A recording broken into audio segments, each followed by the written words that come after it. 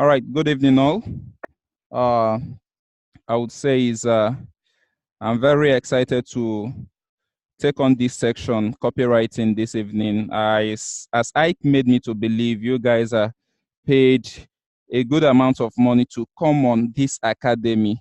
So it is with greatest joy that I will be taking us down the road to hand us one of the basic tools that you will need to make huge success when it comes to online marketing, online business.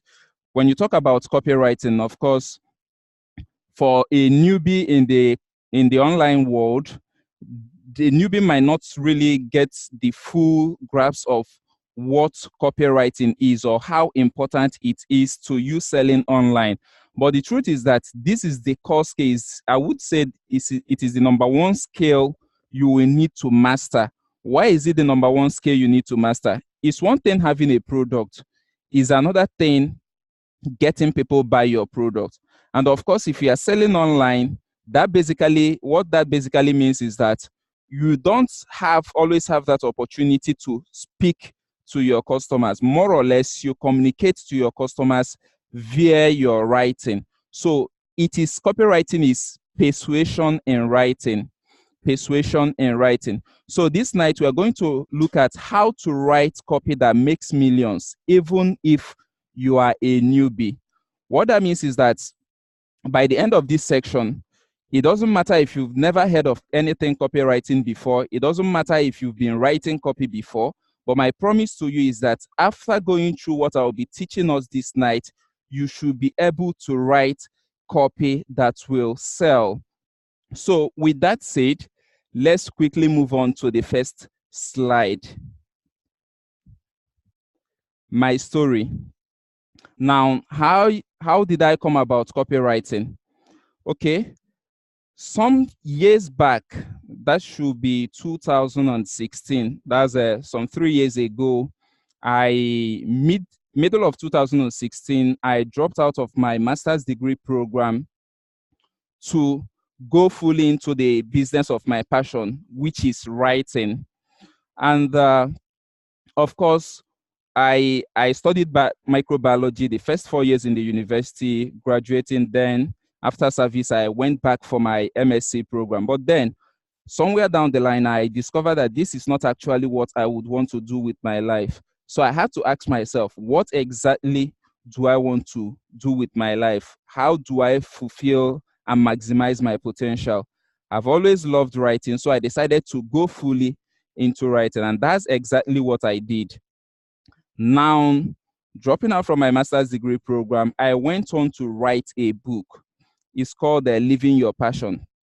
And after writing the book, well, then, someone that is new in the writing industry, the sheer joy of, I have a book to write. I need to get my message out there in the world. That joy alone pushed me into writing my book. But I didn't pay so much attention to the marketing aspect of the book. I never talked about it. So I went ahead to write the book. And the book sold, actually. The day of the launch, the launch was good. But then, if you're in the writing industry, you realize that book sales will make you not so much money in terms of business revenue. You have to create other products from the book. You create coaching programs and every other thing. So I started creating coaching programs, hosting online events and live events. But the problem was that I couldn't get people to buy my products. I couldn't get people to sign up for my coaching program. I couldn't get people to buy my courses. And within that period, I knew other guys. I know guys in the same writing industry, and these guys are making mad money with their coaching program, with their online courses. So out of frustration, I went to one of my early mentors and I asked him, I said, sir, this is my challenge. I have my book. I sell it in trickles, but the coaching program, my coaching program, the online courses that I've created as a result of the book, I struggle to make sales. What do I need to do? What am I not doing well? That was exactly when he looked me right in the eyeball and said, Obinna, you need to go and master copywriting. Why would he tell me that? Because Like I said, I sell online courses. Most of the sales I do, or most of my promotion would be online.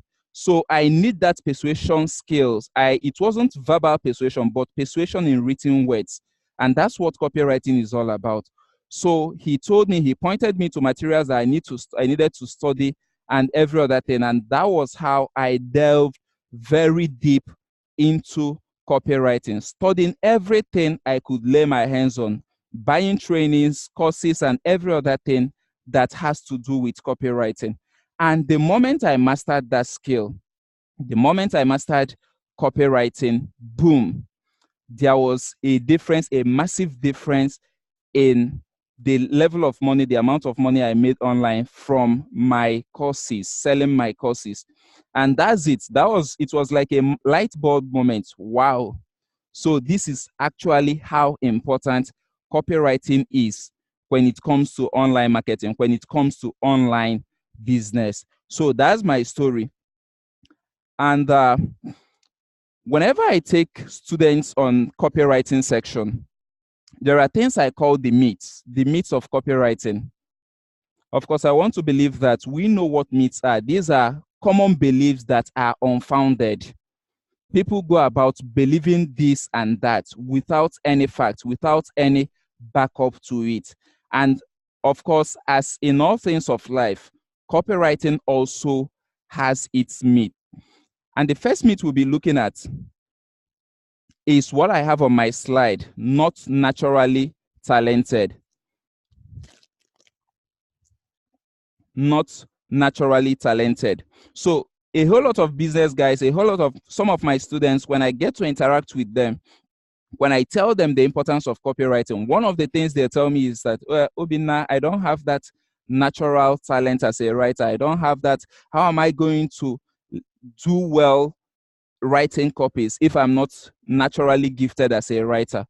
Well, this is a writer telling you, copywriting is a different ball game when it comes to writing. Copywriting is a skill. And with every other skill, it is learnable. It is something that if you really dedicate your time and attention to, you are going to master it like every other great copywriter. So talent is a myth. You can be the best writer in the world without being the best copywriter in the world. It's as simple as that. Because most writers, they write to massage their ego. They write to come across as very talented. But that is not what copywriting is all about. Like I said, copywriting, whenever you are writing a sales copy, whenever you are writing, be it an email campaign, the primary objective, your primary objective is to get people buy your product. It's as simple as that. Every word you use on your sales copy, the intention is to get people to buy your product. If at the end of the day, no matter how wonderful you might think your copy is, if it is not making sales, then it is rubbish. Take it from me. If your copy, no matter how wonderful you might think it is, if it is not making sales, then it is absolutely rubbish. So it's not about being naturally talented. It's about mastering the skill of copywriting. So that's the first myth busted. The second myth, some people would say, I'm just a copywriter. Well, you are not just a copywriter. As a matter of fact, this is where the difference comes in. The difference between a copywriter and a writer. A writer could be someone that writes, of course, someone that writes a good story, maybe a novel, children's novel, whatever it is, comic books, movies, and so on and so forth. The person might write for entertainment, just to entertain others. If it's someone that is in the academic world, it could be to gain achieve the next level of his profession, which could be maybe going for your doctorate degree or your professorship, publishing journals and stuff like that. But as a copywriter, this is where the difference lies. A copywriter is first a marketer.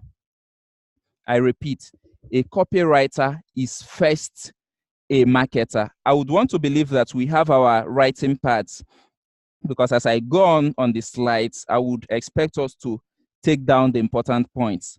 A copywriter is first a marketer. What do I mean by that? Remember I said earlier on, the main objective of writing a sales copy and email campaign series is to get people buy your product. And you cannot get people buy your product if you don't understand the psychology of selling. I repeat, you cannot get people buy your product if you don't understand the psychology of selling. And part of understanding psychology of selling, at the basics of it, is understanding human psychology, understanding primary emotions. What emotions do people run on? As humans, what emotions do we run on? Of course, later in this section, I'm going to cover the primary emotions. So a copywriter, you are not just a copywriter, you are a marketer. It is when you've understood marketing, when you've understood the buyer's psychology, when you've understood the psychology of selling, that's when you can sit down, take a pen, take a paper, and write a copy that will sell. So you are not just a copywriter, you are first a marketer.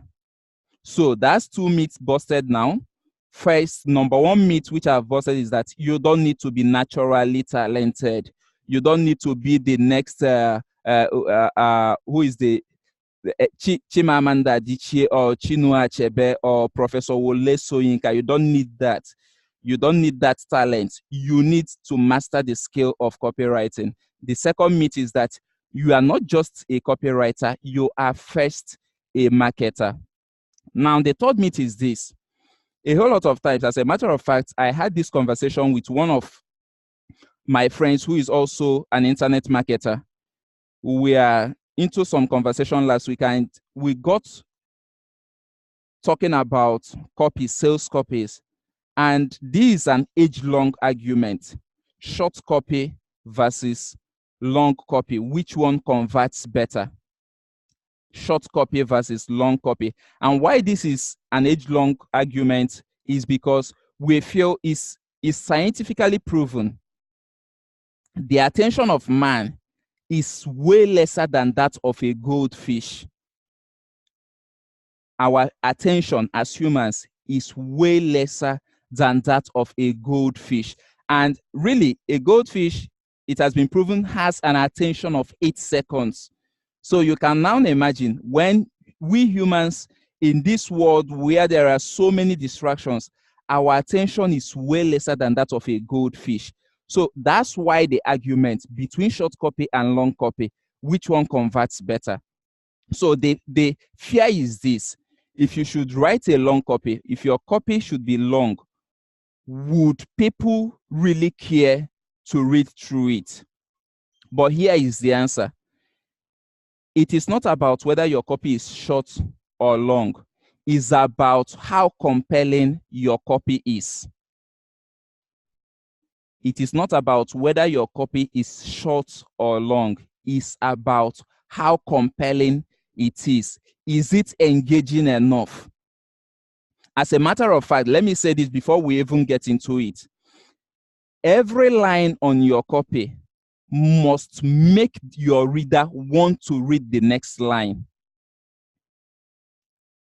Every line on your copy must make the reader want to read the next line and the next line and the next line. How do you do that? By applying what I call hook. We'll still get into that. We'll still get to it. You apply hook in as much as your copy is engaging enough. No matter how long it is, your reader, your potential customer or client would read it. It's as simple as that. If your copy is not engaging enough, no matter how short it is, you will lose the interest of your reader.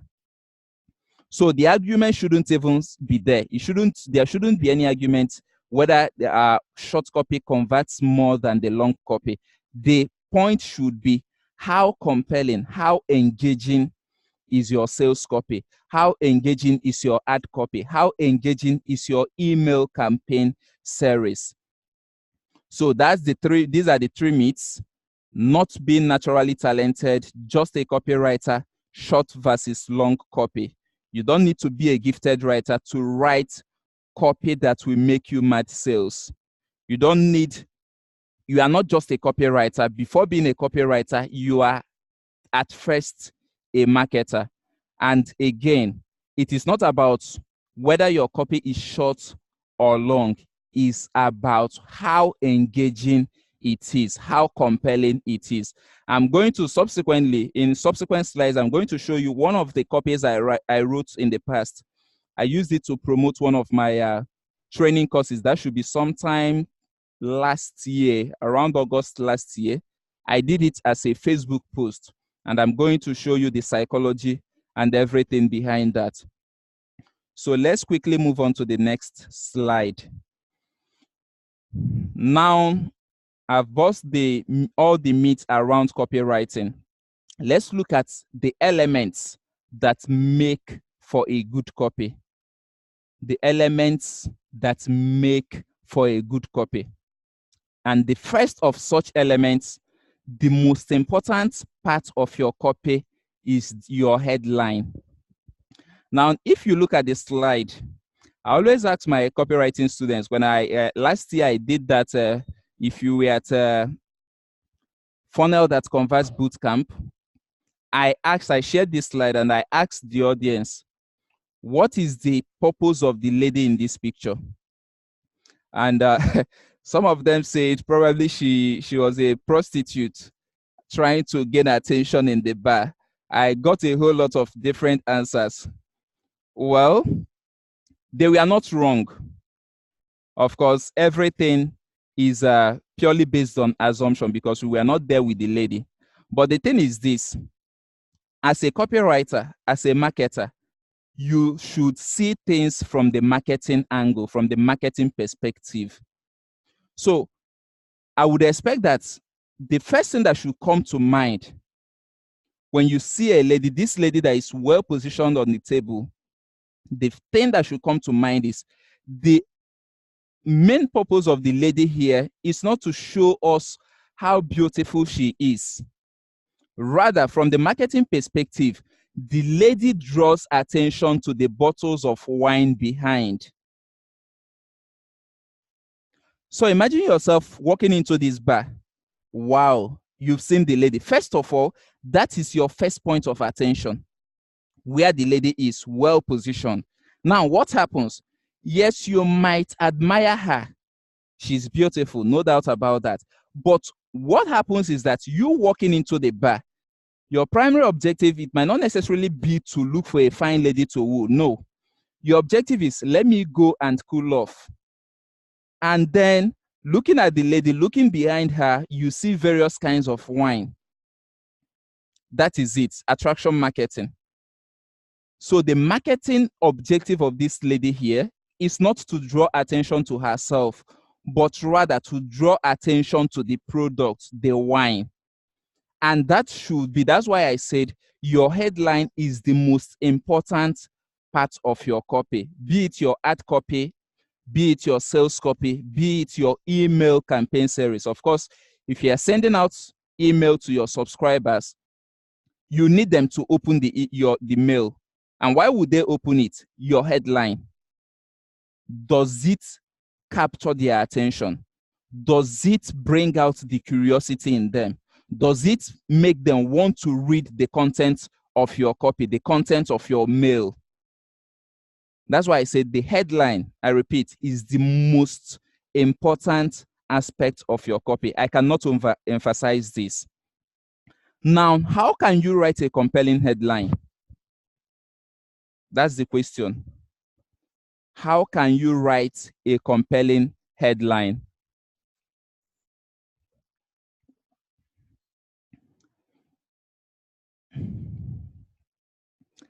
These are the elements of a killer headline. So for your headline to be compelling enough, for it to make people want to read the next line.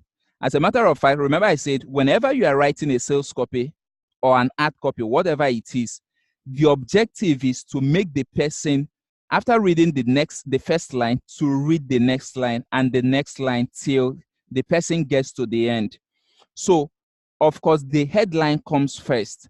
So what makes your headline engaging? I call it the elements of a killer headline. Your headline should contain any of these elements, if not all. It must not contain all, but it should contain at least 1, 2, or 3 of these elements. What's the first element? Big old promise. The big old promise. What do I mean by that? Imagine imagine yourself to be very fat. You want to lose weight. And over time, you've struggled with weight. You've tested so many, maybe supplements, maybe diet and every other thing, but they don't seem to work. And then someday, while going through your Facebook timeline, you saw a post, a sponsored post, or a post made by a friend, how to lose weight in 3 days without giving up any of your preferred meal. How to lose weight in 3 days without giving up any of your preferred meal. Of course, for those that are fat, one of the things that they will tell you is cut down on sugar, cut down on calories, cut down on this, cut down on that. Don't eat junks. Now, this headline is telling you how to lose weight in 3 days without giving up any of your preferred meal or your favorite meal. Now, that's a promise. And why is this compelling? It's not just that it's a promise, because what the person is trying to tell you is that if at the end of the day you get this product and you use it, in the next 3 days, you are going to shed weight. That's the big promise there. But there is something else. The promise appeals to the self-interest of the reader. The promise appeals to the self-interest of the reader. So what that means is that before you even pick up your writing pad to do a sales copy on an ad copy, you must have done proper customer research. You should know extensively who your potential customer is. What's their pain point? Whatever product you are selling, who is my potential customer? What's their pain point? What solution does this product bring to them? How do I convince them to buy this product? So that's why the big old promise has to appeal to their self-interest. In this case, you are selling maybe a supplement, a diet supplement. So the person, your potential customer, wants to lose weight. And you've made the customer a promise. You've made the reader a promise how to lose weight in 3 days without giving up your favorite meal. That's a promise. That's a catchy headline. Now we look at the second element, something that is controversial. There is a reason when we look at the news sector, most times they don't tell us, they don't report the good things that happen around the country. No. I was telling someone, I said, on daily basis, hundreds of thousands of Nigerians travel by road. And let's assume that maybe from Lagos to Anambra, that you had 100 cars on the road. Why is it that the news would not report about the 97 or the 90 that got to Enugu safely? Why would they focus on the 3 or the 10 that had an accident? Why? Because negativity sells. Controversy. If you follow, of course, in our world today, the social media, little thing that ordinarily there, it shouldn't see the day of light, but you see it going viral. Why? Because there is an element of controversy, because there is a negative vibe to it. You see people criticizing people. Why is it that we don't see people come online to celebrate the good works of others? It is very rare. most of times what we get is people criticizing, throwing muds at others because controversy sells faster. The same thing with your headline. If you can come up with a headline that is controversial, you will easily get the attention of your buyers or your potential customer. Now, the third element is curiosity. Humans naturally are curious. We want to be in the know. We want to know, why is this happening? Why is this way? Why is that way? So that's if you when you are writing your headline and you can bring that element, make them curious. For example, the headline that I gave us earlier, the big old promise, how to lose weight in 3 days without giving up your favorite meal. Now, there is an element of curiosity there. First, how can I lose weight in 3 days? For crying out loud. Secondly, without even giving up my favorite meal. So I can actually take this or do this, still eating chocolate, still eating all my favorite junks. That's an element of curiosity. That's what will make the person, let me read and find out what this person is actually talking about. I'm curious. I want to know more. So it's an element. When you're crafting a headline, how can you inject curiosity in your headline? The fourth element, believability. Your headline has to be believable. Of course, unless I have a product like that would actually make people lose weight in 3 days. If not, please, for the sake of God, if you sell in that niche, let me tell you the truth, never you make a promise you can't fulfill. That is one of the quickest ways you could go out of business. So if I should sell a supplement and I know that my customers, they are not going to lose weight in the next 3 days, for crying out loud, I'm not going to use that in my headline. I only used it here to give us an example. So part of believability, making your headline believable, is using specifics. Okay, if I know that the customer, if he or she should use this in 30 days, the person would get results. It's more believable. So you can actually lose weight in 30 days. Wow, that's good. And part of the things, of course, there are so many, it's not just on your headline, even part of your copy. Once upon a time, I wrote a post sometime few days back. The first paragraph of that post, I gave the dates and the year that particular incident took place. Why would I do that?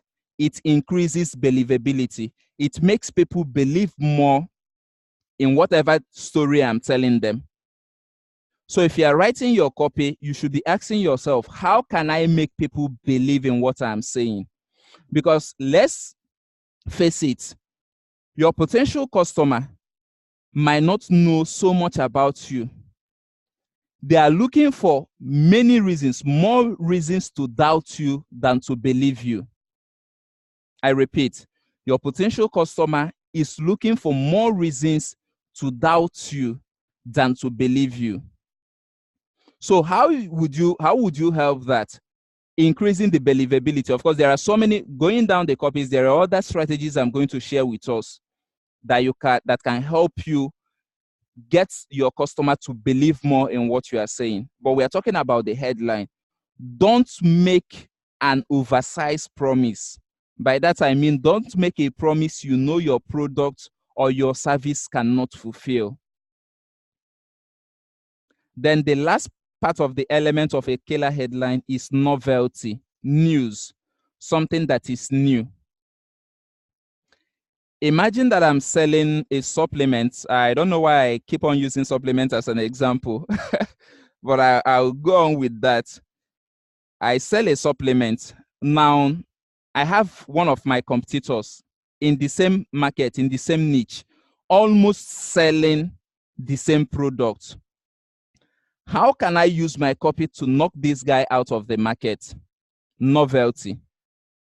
Perhaps the person is not so good a marketer or not so good a copywriter. Now, the person might come up and say, eat this vegetable, and in the next 30 days, you are going to lose weight. Of course, if you use that word vegetable, so many people are, what's so special about this? But me, because, or you now in this case, because you are an ardent student of copywriting, because you have an edge over your competition, what you are going to, instead of calling it just vegetable, you might look into the supplement or whatever it is and find out something that makes it unique and use that aspect of it to write your headline. So that makes it sound more like a news. It could be a hidden substance or ingredient used in preparing this has proven to be. That word hidden substance is like news. What's this new substance? What's this new ingredient that was used in preparing this? So in this case, they are not just talking about a regular supplement. You've added novelty to it. Or another example, I'm trying to come up with one right off the bat. Genevieve Nnaji confesses using this product to clear her stretch mark in 21 days. Imagine coming across such headline, especially for ladies. Top Nigerian actress Genevieve Nnaji confesses using this product to clear her stretch mark in 21 days. Now, that's like a news. Oh, Genevieve Nnaji using this product. Of course, for the fact that Genevieve is a celebrity, she's a celebrity, it adds credibility to the headline. Now, this sounds like a news because the people would want to know what actually was this product. Top Nigerian actress Genevieve Nnaji uses this new product to clear her stretch mark in 21 days, and how you can do the same. So you can see how I've tried to come up with something that sounds like some news that would make the reader want to know more about, read your copy and know more what the product is all about. Now, let me quickly move to the next slide. This is a copy I wrote. I promoted one of my trainings. That was, as you can see here, June 25, 2018, last year. It was a training program I organized with Emeka Nobis. Emeka Nobis is a writer, for those that knows him, or those that know him rather. Now, I want you to look at my headline here. Why? One of the reasons I'm sharing this is that when I made this post, the level of likes and comments it pulled within minutes was really marvelous, right? Like, you know, I had to go back and ask myself, yes, I knew while writing this that I applied some of the techniques, elements of a killer headline in this, but I felt, okay, I think this should be a powerful case study for my copywriting students. So if you look at this, the headline is, "My mom is not on Facebook, and that's why I will share this here." My mom is not on Facebook, and that's why I will share this here. So imagine you are my follower on Facebook and you saw this post. There is an element of curiosity. How? What is this thing that Obinna wants to share because his mom is not on Facebook? Of course, your mind will start going in so many directions. What is this exact thing that Obinna wants to share because his mom is not on Facebook? Now, that headline contains an element of curiosity. But remember what I said. Your headline, every line, every single line on your copy should make your reader want to read the next line. So my headline has captured their attention with that element of curiosity. Now read the next line. Last night, I caught myself doing something terrible. So you can imagine. I'm sharing this because my mom is not on Facebook. Now I'm telling you, last night, that word night, what could happen in the night? So many things. And most of the times, they are not actually good things, right? So last night, I caught myself doing something terrible. Last night, something terrible, making my reader more curious. They want to find out more. What is this exact thing? Number one, I'm sharing it on Facebook because my mom is not on Facebook. Secondly, this happened last night and it's something terrible that I did. And now they want to read the next line. And the next line is, the last time I did such thing was in my junior secondary school days with a girl. I don't know if you are following. Last night I caught myself doing something terrible. The last time I did such thing was in my junior secondary school days with a girl. So I did something last night, which was terrible. The last time I did that was in my junior secondary school days with a girl. A girl, what could that be? I'm still taking my readers on a ride, revving up their curiosity, making them want to read more the next line. And my next line is, and mommy really frowned upon it. Last night I caught myself doing something terrible. The last time I did such thing was in my junior secondary school days with a girl, and mommy really frowned upon it. That is me heightening up their curiosity. I caught myself doing this thing with myself for 3 hours on the stretch. So you could see for every single line, my reader would want to read the next line. Remember I said it is not about how long your copy is. It's about how compelling, how engaging it is. I caught myself doing this thing with myself for 3 hours on the stretch. It was that bad. For 3 whole hours, I was going back and forth. So for each line, I use words that would increase more their curiosity. It was that bad. For 3 whole hours, I was going back and forth. I was playing with the minds of my reader. I was making my readers more curious to find out what exactly this thing is. Now, studying and analyzing a mere 3-page sales copy written by the legendary Gary Halbert. Of course, getting to this point, their mind must have been pulled in so many directions. But now I've told them, actually what I was doing last night, which was terrible, was studying and analyzing a mere 3-page sales copy written by the legendary Gary Halbert. Now, if you were my reader, of course, maybe you are going to look at this guy and say, this guy is crazy. But you won't stop there. You will still want to read more. And that's how I continued. Of course, I didn't share the whole post here, the whole write-up.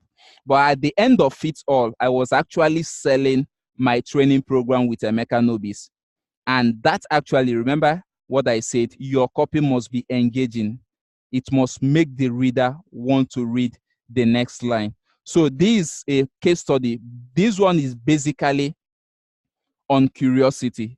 The headline is curiosity based. I use curiosity as the hook to get my readers read the whole copy. So there are so many variations to it. So like I said, these are the key elements of a killer headline. Your headline should contain 2 or 3, or in my case, one of these elements. The big old promise, there has to be an element of controversy, curiosity, believability, or novelty. Let it sound like a news flash. All right. The next big element of a good sales copy is storytelling. You cannot write a compelling copy if you are not a master storyteller. If you cannot write a compelling copy, no matter what your product is, you cannot write a compelling copy if you are not a master storyteller. And not just any story. I'm going to show us how you need to structure your story. So it's not just any regular story. It's not the story about a lizard and the ant or whatever it is. No. There is this madness. The madness of storytelling has to be methodical. There should be a sequence to it. But storytelling has proven to be one of the most powerful elements of a compelling copy. It could be a sales copy. It could be your email campaign series. It could be your ad copy. You must master storytelling. Why is this important? First of all, story bonds us to our prospects. If you can go back in time when we were kids, how much we loved our parents, our grandparents telling us moonlight stories. Personally, I don't know about you, but personally, no matter how sleepy I was feeling, once I hear my grandmom or my parent or any adult sharing stories, I come back to life. I give my full attention. So storytelling is an attention grabber. And why it's so effective is, number one, as we have on this slide, it creates that bond. When you share your story, you are bonding with your prospects. You are bonding more with your reader. And remember, in business, you must have heard that people do business when they know you, when they like you, and when they trust you. It's a cliche, but it still holds water. If people don't know you, if they don't know your brand, if they don't like you, if they don't trust you, no matter what you do, you cannot get them part with their money for your product. So storytelling helps in building bond, you bonding with your prospects, with your potential clients. And how does it help in that? It disrupts pattern. Humans, we are forged by our experiences. We are forged by our environment, the things we have been exposed to. And most of the times, we have this mental pattern that you cannot disrupt it except with stories. I know a couple of guys. Let me, I'm not, I wouldn't mention name, but I know a guy. He uses storytelling to great effect. Recently, he found out that most people that pay for his training, most of them come from the same state where he lives. So he was asking himself, how am I going to get people from other states attend my program in my city? What did he use? He did it as a post. But when I read that post, I knew that this is not just a post. This is not just an ordinary story. He used a story. He was sharing his story, but underlying that story, he was disrupting the mental pattern of his readers. And I can tell you that his objective was to get people coming from other states to attend his program. And it's not a surprise to me. Today, he actually held one of his training programs, live events, and he's on record that a good number of persons that came for that program, some of them came in from Lagos, some from other states. So when I saw his post today, talking about his audience, those that came in from other states, I knew that his story actually worked. Disrupting the mental pattern of your buyer, your prospect. You use storytelling to great effect. Storytelling helps you to shatter their limiting beliefs, because whether you like it or not, there are beliefs we hold dearly to ourselves. We are still going to get to that section on this slide, but since we are talking about it now, for example, let me talk about just briefly why I dropped out from my master's degree program. Of course, it's no longer news that right from when we were kids, we've been sold that life is a straight line graph. What do I mean? You go nursery school, from nursery school, primary school, secondary school, go university. If you are lucky enough, study a course like medicine, and boom, once you are out of the university, you have jobs lying in wait for you. Then you get a well-paying job. If you're a guy, rent an apartment, get married, and everything becomes rosy. Unfortunately, the society, our parents have sold us on that. And that is why it becomes a real struggle. When you have graduates, they come out from the university, they struggle to find their feet in the real world. Why? Because of the belief, because of the mental pattern. They have actually been programmed that all you need to do is to go to the university, then come out from the university and start searching for a job, then get a well-paying job, and you make success out of life. But it's not actually that. Life does not work that way. So when I wrote my book and when I mastered copywriting, which I have used now to sell countless of products in different niches,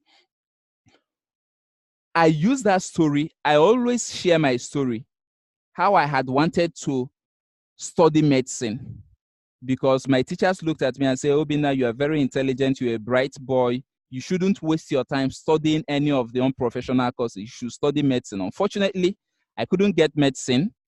I studied microbiology in the university. Then I came out from the university and still that same story. Oh, if you can't get out, get a job with your certificate, why not go and upgrade your certificate? Why not go for master's degree or PhD?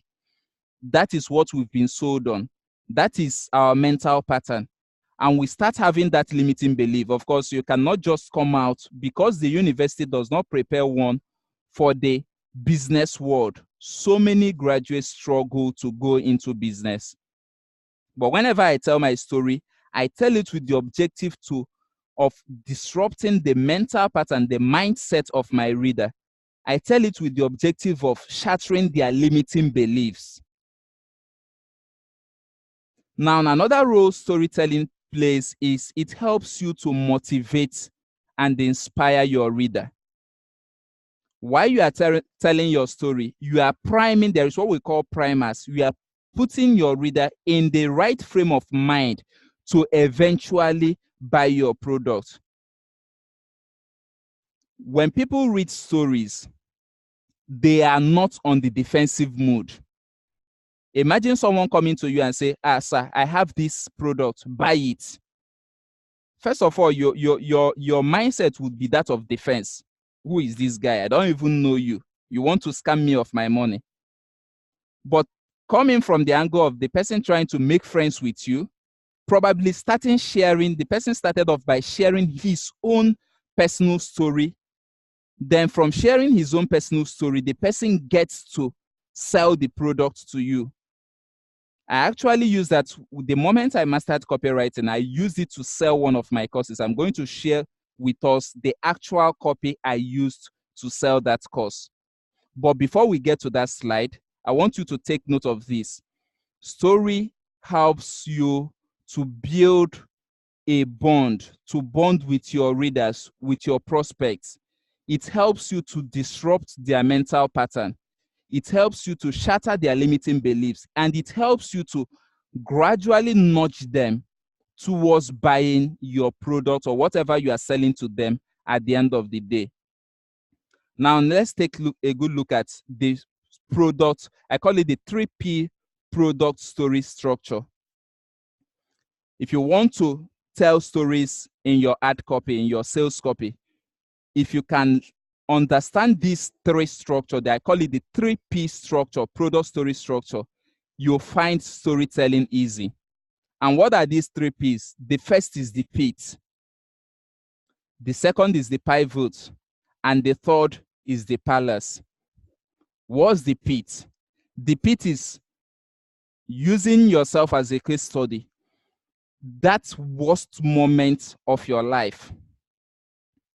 For example, you're a family man, you are, maybe you're under employment as a civil servant, or maybe a secondary school teacher. And of course, we know with civil servants, I don't know, recently what's it called? Their minimum wage. I heard it has been increased to 30,000. But what is 30,000 in today's society? Now imagine yourself as a civil servant earning roughly 30,000 or 35,000 naira per month. Now you are married, you have about 3-4 kids, you have rent to pay. Of course, because of your salary and for the fact that you don't have any other source of income, you cannot live in the best places of the world. No.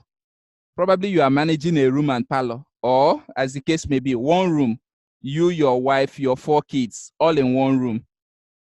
And this is a general experience for those underpaid employment. Before the month comes to an end, your heart is already pounding. Your heart is already beating. You are looking at your account is red.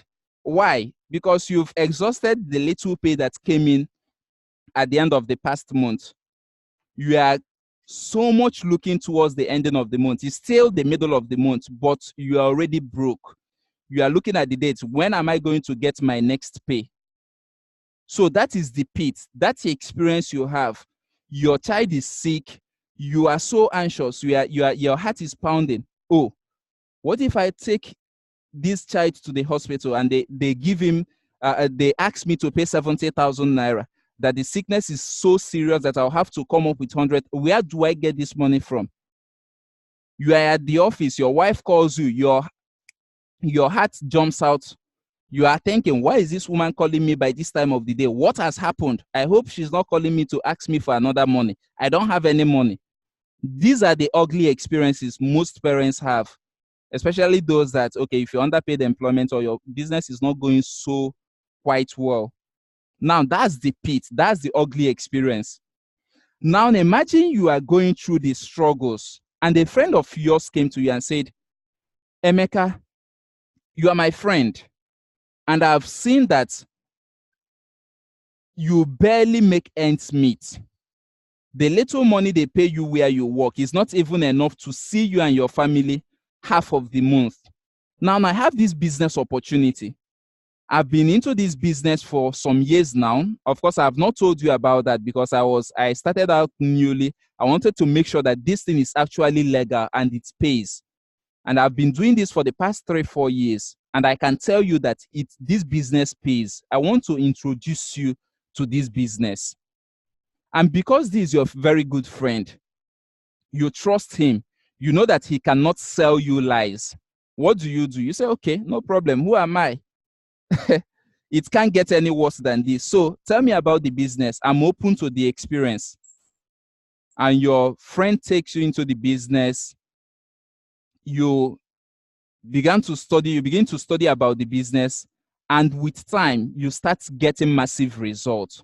Now, that day your friend introduced you into this business, that is the pivot. That's the point of transformation.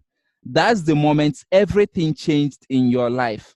Now you've gone into this business, your friends share the trade secrets with you. You've started making mad money from this business. You can now afford the good things of life. You called your wife and say, my love, we can no longer, things have changed for good. We can't keep on living in this one-room apartment. I've rented a flat. I've bought an apartment, an estate.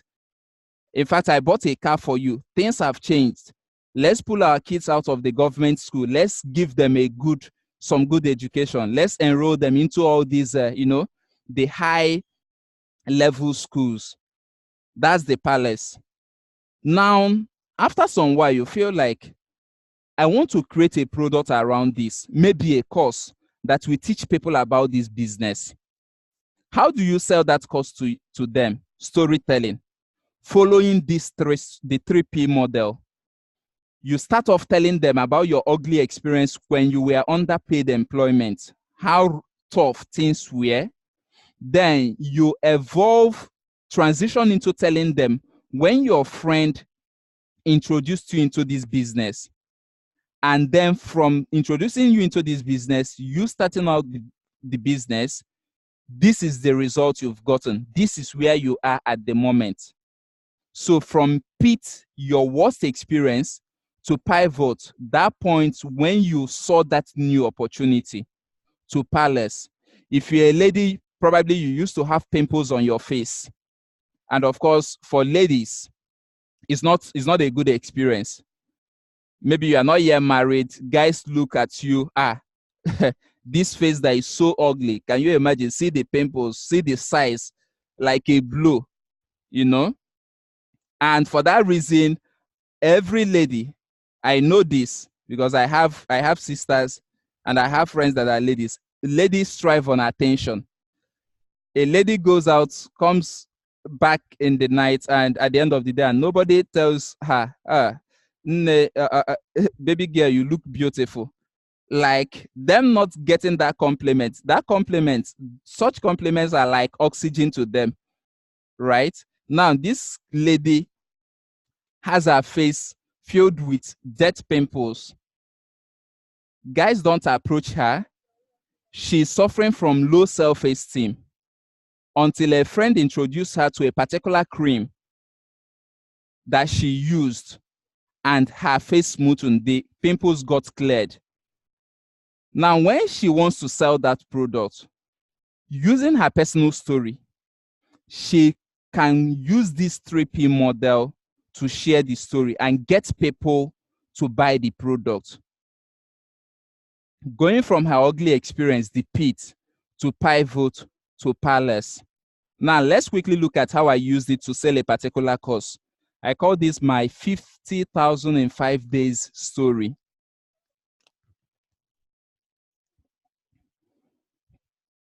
Remember, I told us that I used to be a writer. I'm still a writer, but more a copywriter these days. Then I had a book I wrote. I created some online courses out of this book, but it wasn't actually making much sales until I mastered copywriting. And when I mastered copywriting, actually, this is one of the courses, a course that I launched, it did not make any sales. I now had to relaunch it because I've mastered copywriting. And actually, this happened, it was a live training, an online training rather, in a WhatsApp group. I shared this story with my audience. I made them an offer. And within the moment I made them this offer, 5 persons took me on the offer for 10,000 naira. Why I used 5 days, I could have easily said my 50,003 hours story. But then 5 days, I gave that 5 days because I actually gave them a time frame. I said, from now till the next so time, make sure you pay this amount. If not, it goes to the full price of so amount. So I sold that course for, I think, about 30,000 naira or thereabouts. But I told them, if you're able to make your payment in the next 5 days, you will get it for 10,000. So within the next 5 days, 5 persons paid up, and that's 50,000 naira. How did I structure my story? Let's look at it. 3 years ago, when I made the decision to use my gifts and talents as a creative to make an impact, I set out without any experience or idea of what I was getting into. Then I thought professional speaking and writing was just about speaking to groups of people on the subject I was passionate about. Okay. Then I thought professional speaking and writing was just about speaking to groups of people on the subject I was passionate about. I loved writing, so I was also deep into it. I was so passionate and in love with what I was doing that I was so consumed doing it. But it didn't take long before frustration started setting in. I would speak and not get paid. I would write and write articles, but not a penny would come in. It didn't tell well that I would spend countless of hours preparing my speech, working my scripts, and in the end, nothing to show for it. Then I would look at some influencers in the industry, earning so much as speakers, writers, and coaches. I was happy for them, but sad with myself for I felt like a lost sheep. After about a year or so, I came across an online training program. Now watch this. This is the pivot. After about a year or so, I came across an online training program that teaches people how to make money from their passion and gift. I was interested in the program, but I couldn't afford to pay for it because I was flat broke. Now, let me quickly say this. Remember, I said you use your story to disrupt mental patterns and shatter limiting belief. One of the reasons I put this line, I knew some of my readers. The coaching program I was selling them is a 5-figure coaching program, or was a 5-figure coaching program. I knew some of them would come up with the excuse, oh, I don't have money. So right there in my story, I was telling them I was actually flat broke, but still I tried to make money for this, get money and pay for this program. So I was interested in the program, but I couldn't afford to pay for it because I was flat broke. Of course, at that time, I was teaching at a private secondary school in Delta State, where I was just paid 20,000 naira. I was also running my postgraduate diploma in education and have enrolled for my master's degree program at the University of Nigeria, Nsukka. So I was very much thin on money. Even the money from my side hustle was not enough.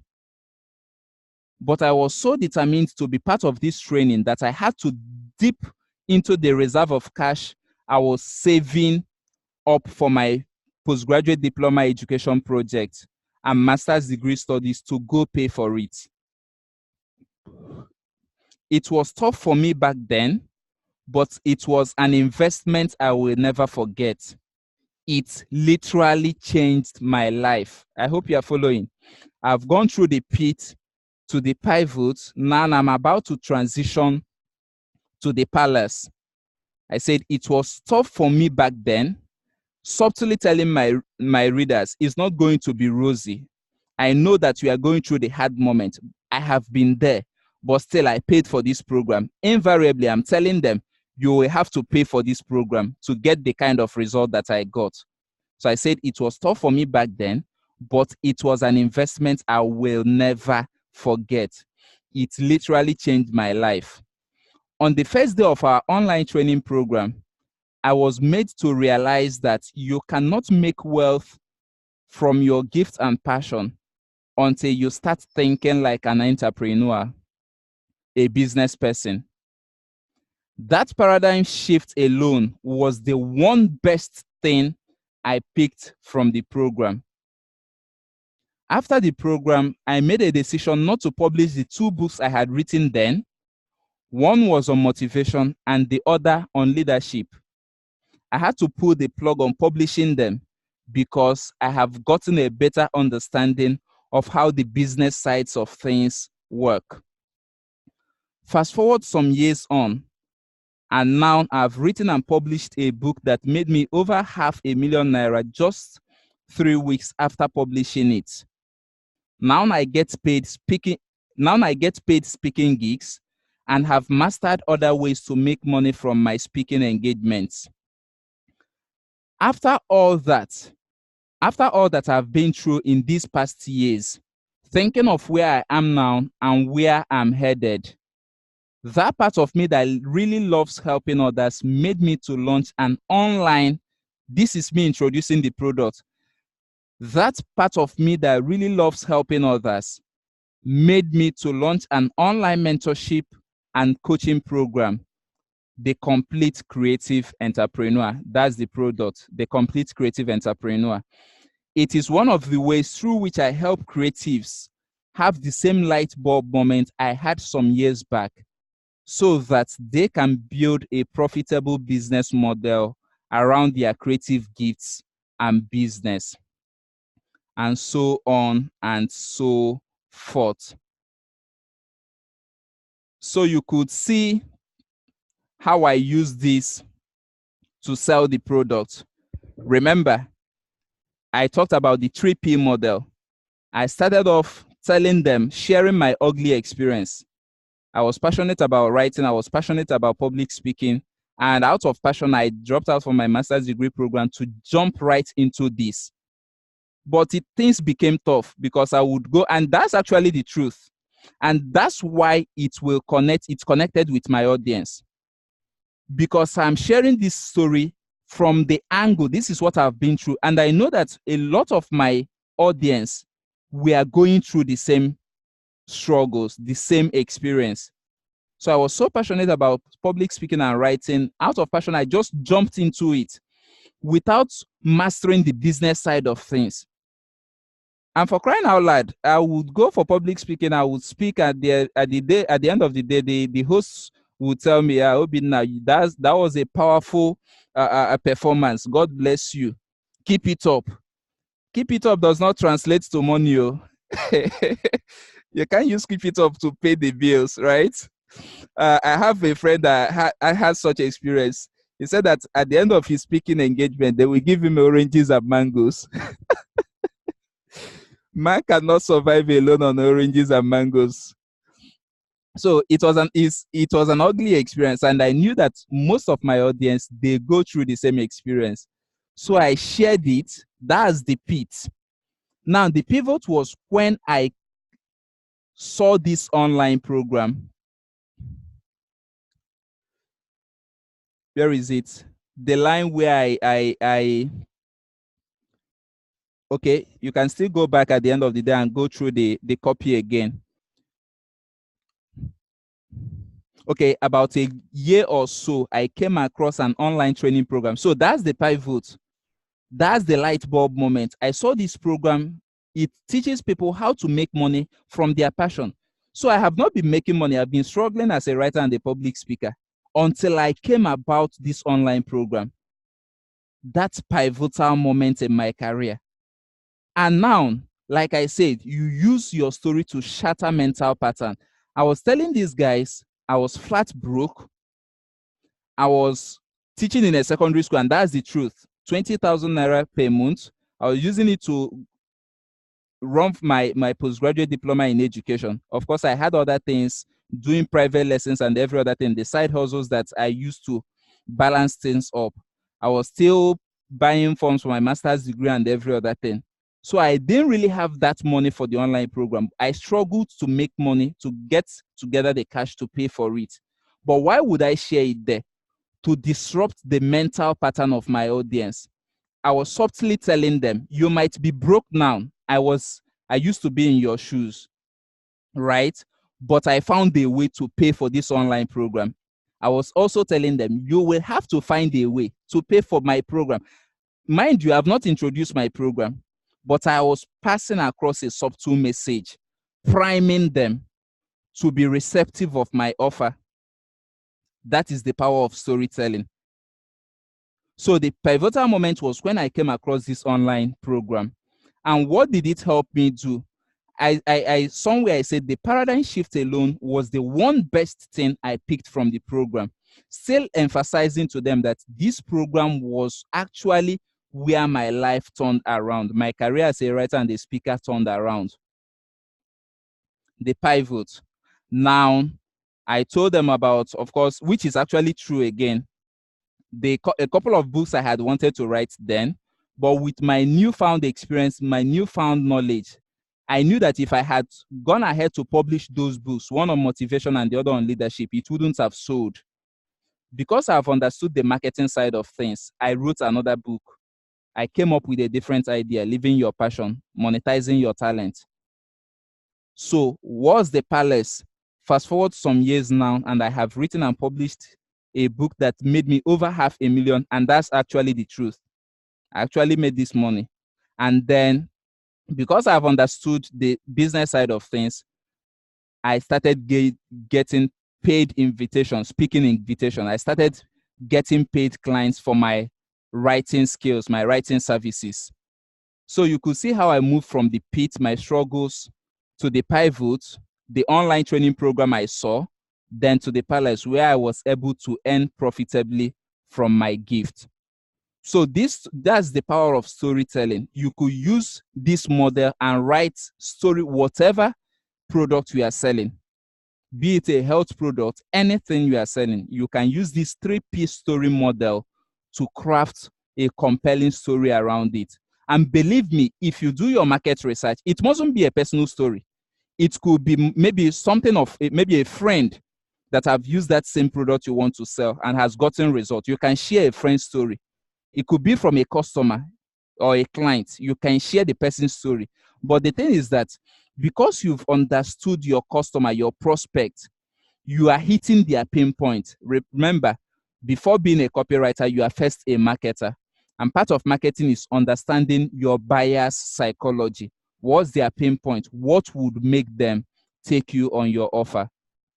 So that's that for the 3P model of storytelling. I don't know, I've gone on speaking for quite some minutes, if not hours now. I would hope that I've not lost you.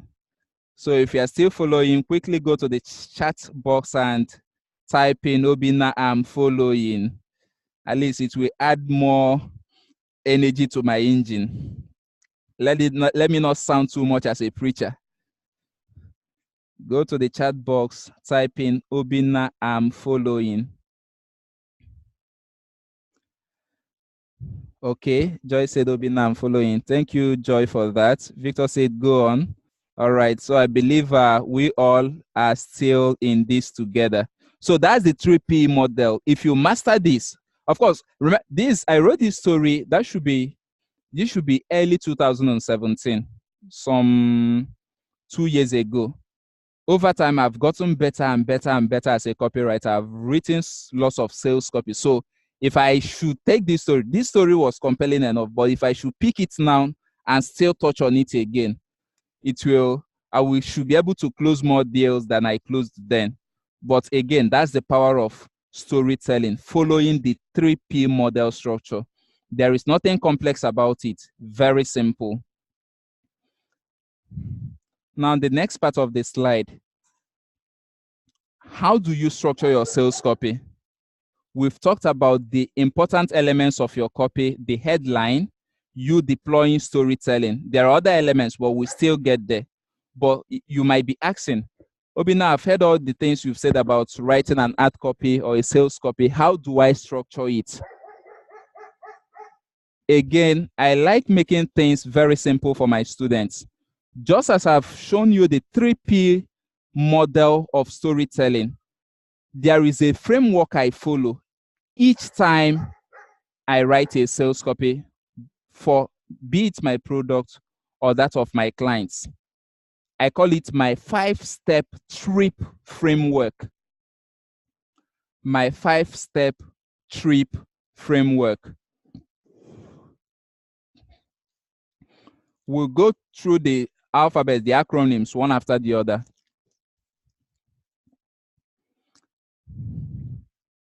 The first part of the framework is T, tag. What does tag do?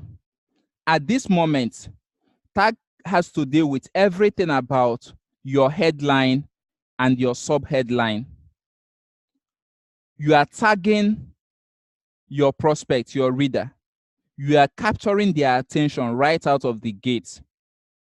You are engaging them. For example, your headline could be, read this if you are an online business person. Read this if you struggle from maybe diabetes, or if you suffer from diabetes. Read this if you are not happy with where you are financially. Read this if you're a civil servant. Read this if you are this. What are you doing? You are engaging your audience right out of the gate. Read this if you are into network marketing or if you are a network marketer. So imagine you have a tag like that, a headline like that. Read this if you're a network marketer. The person would be curious. One, you've called this person out. Your headline is engaging. Secondly, it is calling your prospect out. So if someone bumps into your copy your ad copy or your post, and the person is not a network marketer, the person wouldn't have any interest reading the post, the copy. And for crying out loud, if your sales copy is for network marketers, we don't need an engineer to read it. Your objective is to get network marketers read it and take action, the action you want them to take. So read this if you are a real estate agent. Read this if you are a car importer. Read this if you are this. Tag. The headline calls out your client or your prospective customer. Another way you can deploy this is, remember I said everything tag, it has to be your headline, your subheadline, that introductory part of your sales copy. You are either using it to call out your ideal customer, you are either using it to build bond, you are either using it to create what I call the polarity effect. For example, if I'm selling something in the make money niche, maybe something my product shows people how to make money online or whatever it is, or maybe make money through network marketing or through real estate or whatnot, whatever business you are into. Part of my introductory part, I would, after calling people out, probably I could use let me use online business as an example. How you can make 1 million in 30 days or less using a simple online technique. How you can make money 1 million in 30 days or less using a simple online technique. Now, that is my headline. Anybody that wants to make more money would want to find out more about it. And remember what I said about the headline, 30 days or less. Oh, how can I? Now imagine a civil servant that earns 30,000 and you are telling the person you can actually make money online in 1 million online in 30 days or less using this technique. The person would want to, or a business person that is looking for an extra source of income. Now, part of my introductory part, I might want to polarize. What do I mean by that? I might want to chase people away. Sieve out people that I know will not take me on my offer. So I can start, after the headline, I can now come down and say, warning, don't bother reading this if you are of the belief that you can't make up to 1 million a month. Or warning, don't bother reading this if you're of the belief that you must stand in the heat of the sun before you can make money. Or don't bother reading this if you don't believe that you can make money just with your phone or your laptop. What am I doing here? Why I'm using this, why I apply that, if I should use it, is to sieve out people with their limiting belief. Because remember I talked about limiting beliefs. There are people till date, they find it difficult to believe that one can actually make money legally without leaving the confinement of his home.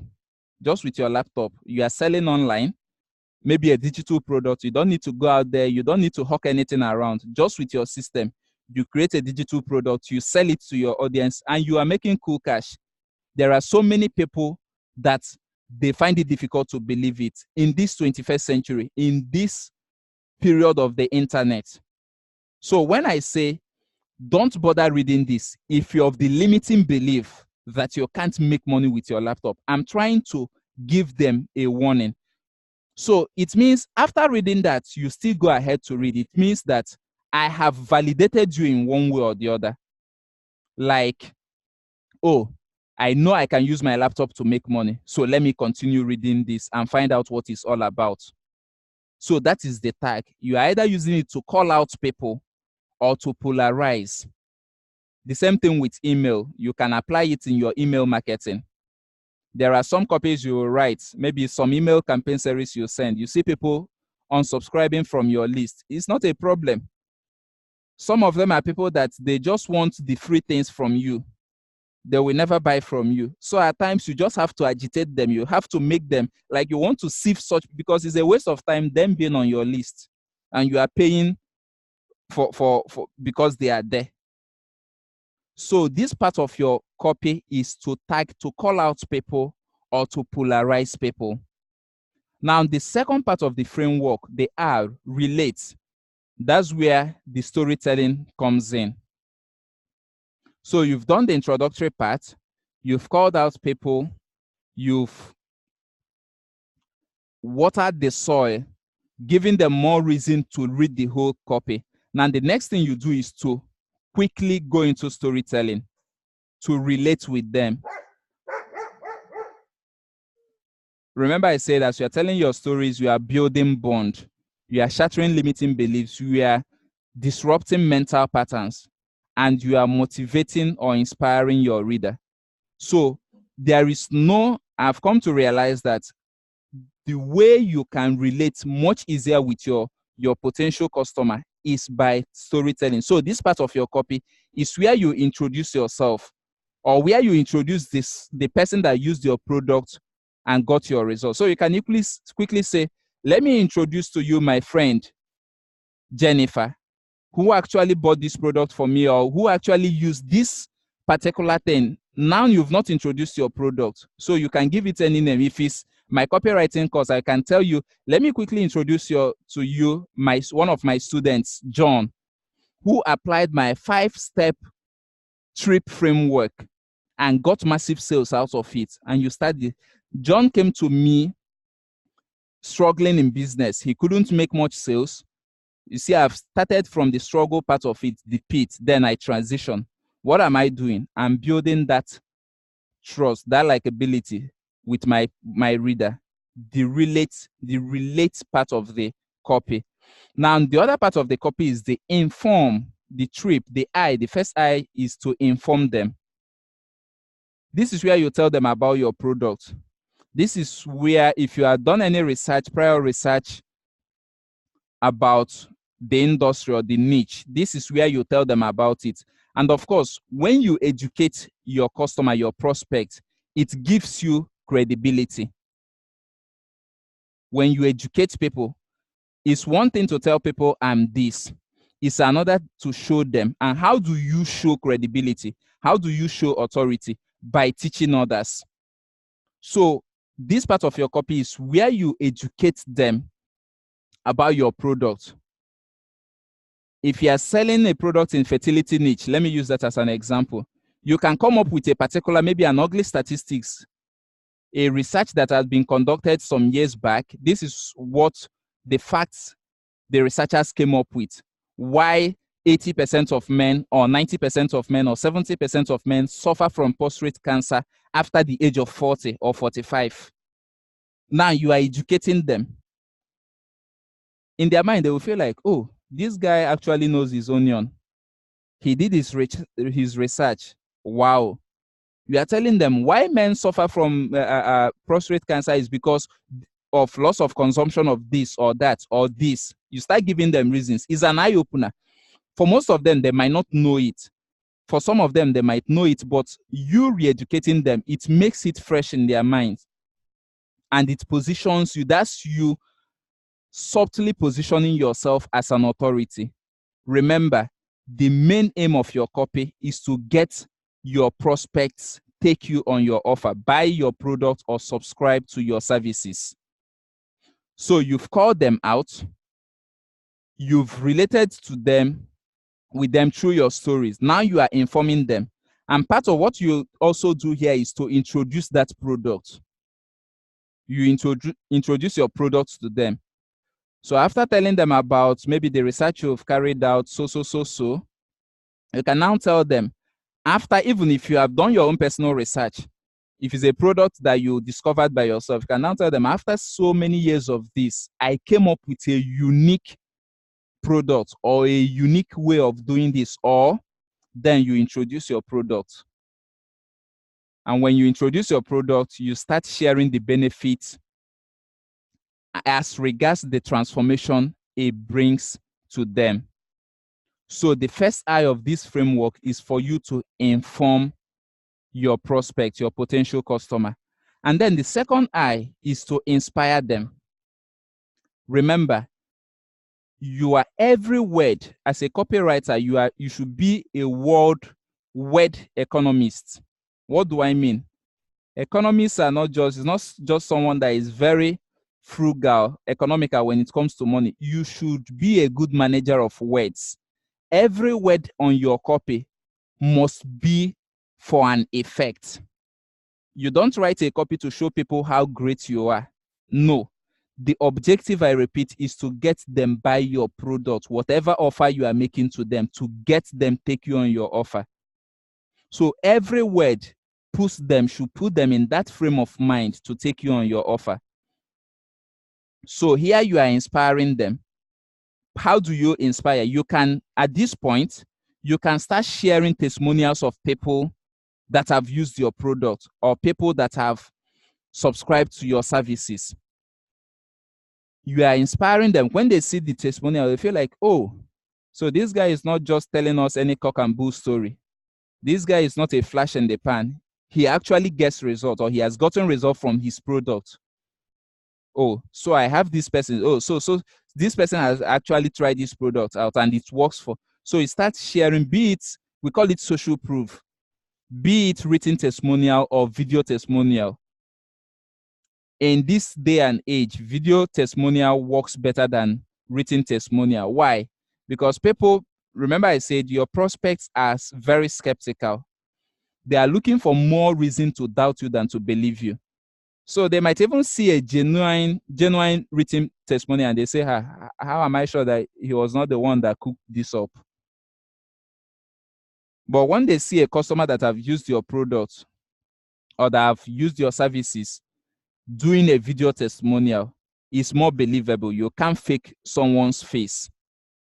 So depending on what you are selling, don't miss out on the opportunity to get testimonials from your customers.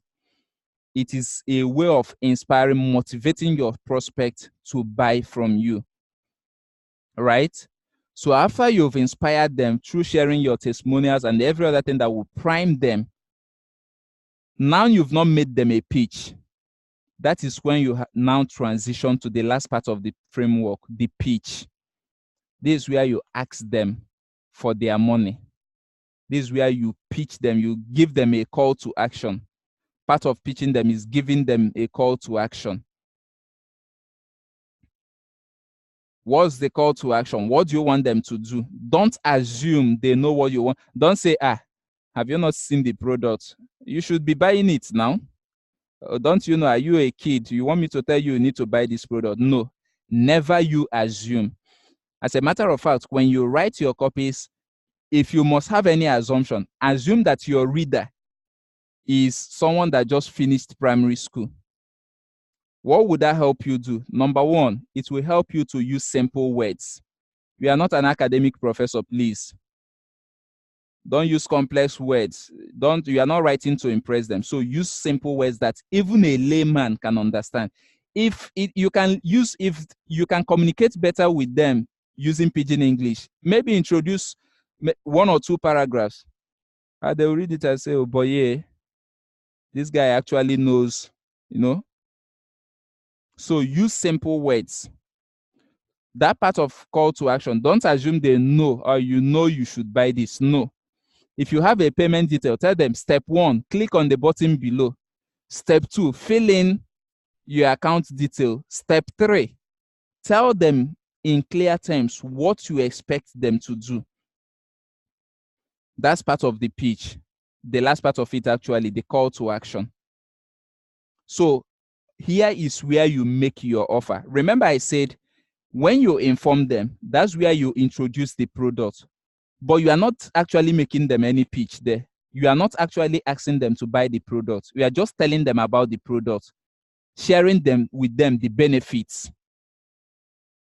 And as we are going to find out, when you share benefits, you don't tell them, for example, you are selling a metal framework, a picture frame. You don't tell them, buy this frame because it's made of metal. The benefit is that it is made of metal. Metal doesn't rust, or this particular type of metal wouldn't rust. That's just the benefit. But nobody will take you on that. There should be more reason, the emotional part of it. You need to buy this. Or when you are telling them of the benefit, this picture frame is made of silicon. Silicon is a rare form of metal that doesn't rust. How does that help you? It means that when you buy this for the next 5-10 years, you shouldn't spend money buying another picture frame. That is you saving money for other things. Who doesn't want to save money? So you're not just telling them, this frame is made of silicone, a special metal that wouldn't rust. No. How does that benefit them? That's the most important aspect of it. When you talk about the benefit of the product, how does that benefit in clear emotional terms? How does it benefit your prospect? Buy this frame, picture frame is made of a rare metal, type of metal, silicone. Silicone does not rust even when exposed to air and water. That will assure you don't buy any other picture frame for the next 5 to 10 years. Now, going further, it will help you save money. So the customer will think, oh, so if I buy this picture frame for the next 5 years, probably the person has been buying picture frames every 3 to 4 months and is complaining, how can I not? I don't get the original. So every month I spent 3,000 naira on this. Or every month I spent 20,000 naira on this. Now you are telling them, if you buy this for the next 5 days, so the person will calculate in his mind. So the next 10 years, how much am I to save? That money is enough for me to pay the next house rent too. That's the emotional benefit of your product. So that is you informing them. But the pitch side of things is you making an offer to them, playing all the buttons that will make them buy. And how do you pitch? Let's look at the next slide. Remember I said the pitch part of the framework is making an irresistible offer. If you missed out on this, the 5-step trip framework: tag, relate, inform, inspire, and pitch.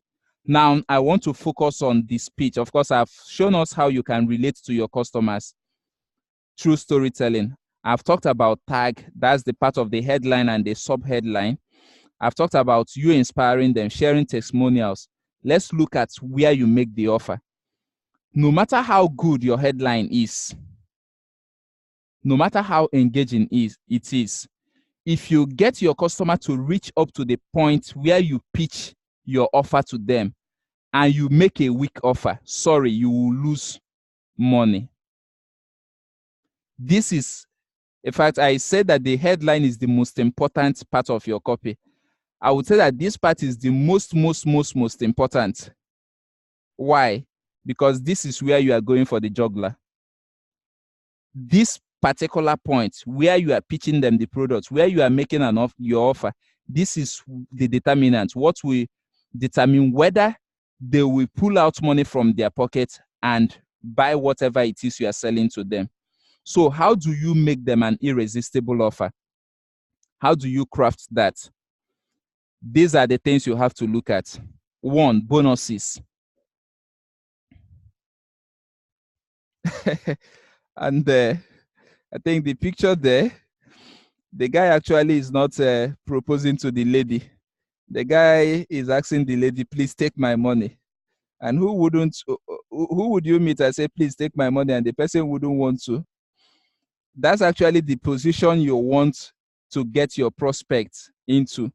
You are the lady and you want your prospect, your potential customer or client, to go on their knees and ask you, please take my money. The guy would ask the lady, please marry me, right? But in this case, it is your customer asking you, please take my money. So how do you get them to go on their knees and plead with you to take their money? The first thing that makes an offer irresistible, your offer in this case irresistible, is what? Bonuses. When you add bonus to the product you sell, it increases the perception of the product. You don't sell people on value. You sell on perceived value. You don't sell people just on value, the value of your product. You sell them on perceived value. We can have the same product. You are struggling to sell yours at 22,000 naira, but I'm selling mine easily at 15,000 naira. Why? Because of the perception, how people perceive that product. The same product.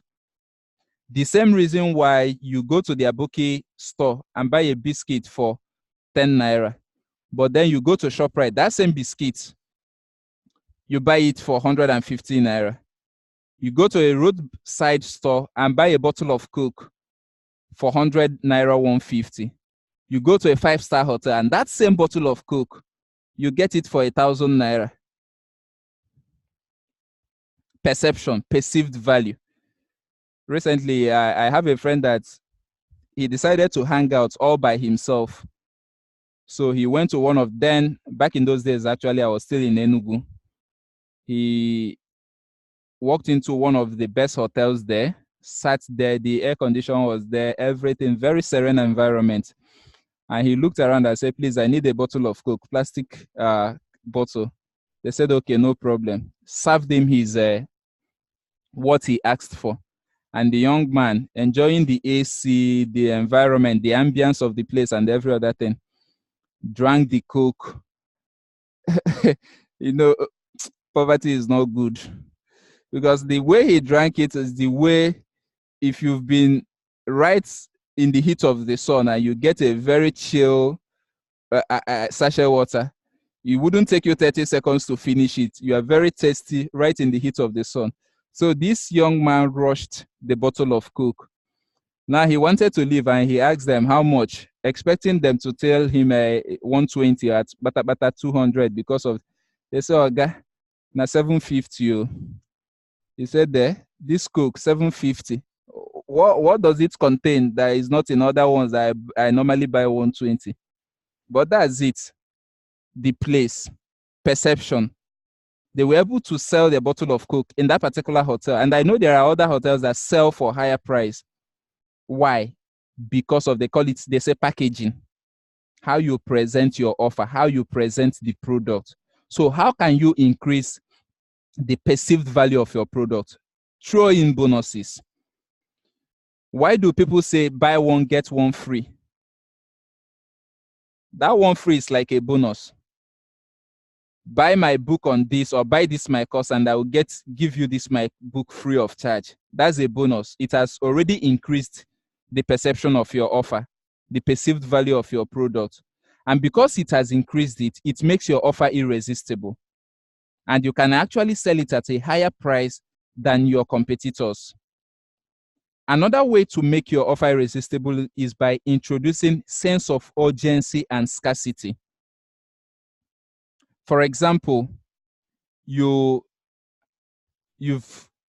told them about the product and you said, this product goes for 30,000 naira. But if you can buy it between now and next tomorrow, you will get it with all these bonuses for just 7,500. What do you think will happen? You're telling them if you can buy this between now and next tomorrow, in 2 days' time, you will buy it for not 30,000, but now for 7,500, a discount offer with all the bonuses. But after the next 48 hours, the bonuses go away and you buy the product alone for 30,000. What will happen? People will beg you to take their money in exchange of your offer, the product. So you've seen how you introduce scarcity and urgency. Urgency. When you are writing a copy, the question you should be asking yourself is, why would they buy your product now? Why should they take you on your offer now? For crying out loud, don't expect them, don't sell them with the mindset of, just read my copy, maybe next tomorrow, come around and pay. No. Sell them with the mindset of, I want you to buy now. How do you do that? Scarcity and urgency. How do you introduce that? Time limiting offers, making a time limiting offer. This course goes for so amount, but if you are paying right now on the spot, I will give you 50% discount. A lot of internet marketers use that. They go on a webinar, they tell you, I have a course. After going through the webinar, at the end of the day, that pitch side of their offer, their copy, using a video sales letter, they will tell you, I have a course that will help you get this result. This course goes for 25,000. But if you are buying right now, I will give you a special link. If you are buying right now on this webinar, I will give you a special link that you can actually get this same product for 10,000 naira right now. But after this webinar, you can only get it for 25,000. Or if you are buying right now, I not only give it to you at 10,000 naira, there is another bonus. There is a special bonus I want to give to people that are buying right now. That is urgency. You are making them, you are giving them the reason to buy now. Because if you leave them, so we say, let me wait till tomorrow or next tomorrow. And before you know it, maybe a competitor comes up with a better offer and they buy it. And when you tell them about the product, they say, I've bought a similar one. No, I actually bought it yesterday. You've lost out. So you are always closing them right on the spot. If it's a physical product, you could tell them. Of course, I don't suggest you use this without integrity. It could be a product that is actually, if it's a product that is selling out fast, you can tell them we have so amounts. Maybe we just have 10 pieces left. And this product is a fast selling product. Before you say Jack Robinson, the 10 pieces remaining must have been sold out. That is scarcity. If it's a live event, you could tell them this live event, I'm only taking on 10 persons for this event. I actually use this scarcity technique in one of the live events I held in Enugu 2 weeks ago. I told them this is what you will be gaining for 4-hour business strategy section with me. It goes for this amount, but we have limited slots, only 10 people. And why would I limit it? Number one, I made them an irresistible offer. Compared to all the bonuses that they were to gain for those that should be in attendance, compared to the number of hours and what people charge for such section and the amount I asked them to pay, I now said it is only for 10 serious-minded persons. And actually, when I made that post on my timeline, before the day ran out, 6 persons booked their slots.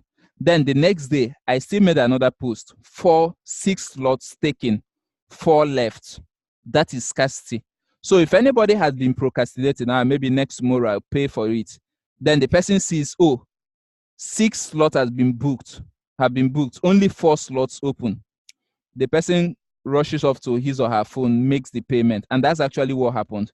And the truth is that there were so many people that reached out later, and I told them, unfortunately, all the slots have been sold out.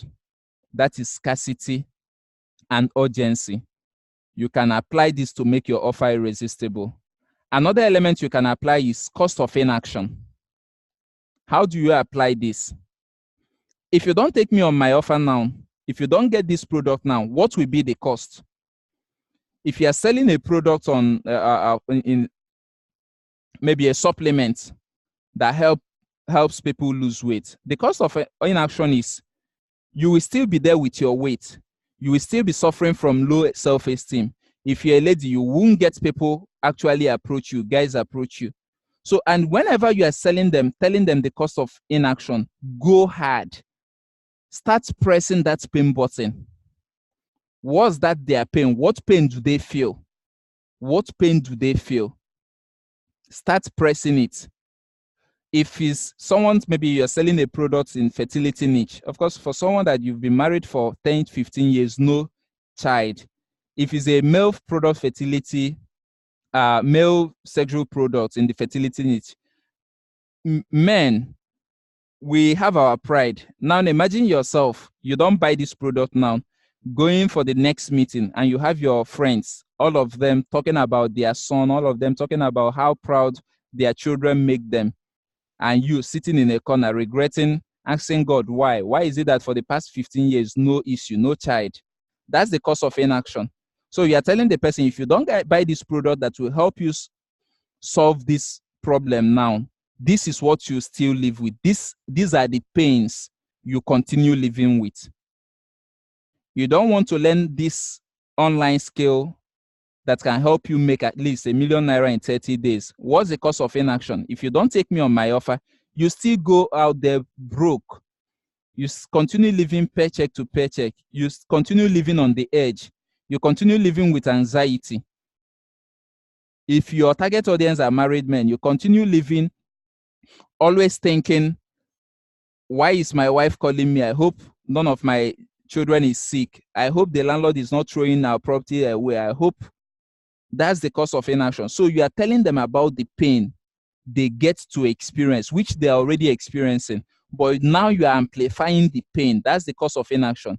If you don't take this, maybe you are selling a marketing consultancy service, you're a marketer, and you know you can help people get results. If you don't take me on my offer, if you don't subscribe to my services as a marketer to help you boost your sales, because of inaction, you go out of business, your sales keep on dropping. Before you know it, you pack up and go back to the village, cause of inaction. So you know, that's why I always say, research. Before you pick your pen to write a sales copy or your ad, you must have a good knowledge of your market and who your prospect is, your potential customer. You should know their pain point, because this is where you apply it. You speak their language. Now, another technique you can use to make your offer irresistible is what we call comparative anatomy. That's actually a medical term. Comparative anatomy, comparison. So you tell them, what's the cost of this to this? Similar to cost of inaction, depending on how you apply it. You are selling a course that would help someone start up another business and a new stream of income that can guarantee the person makes, if the person takes action, can guarantee the person makes at least 500K per month. Now, you are selling this course for 5,000 naira. How do you compare it to other things? You might ask the person, what do you do now? Take me on my offer, or complain that the money is too much.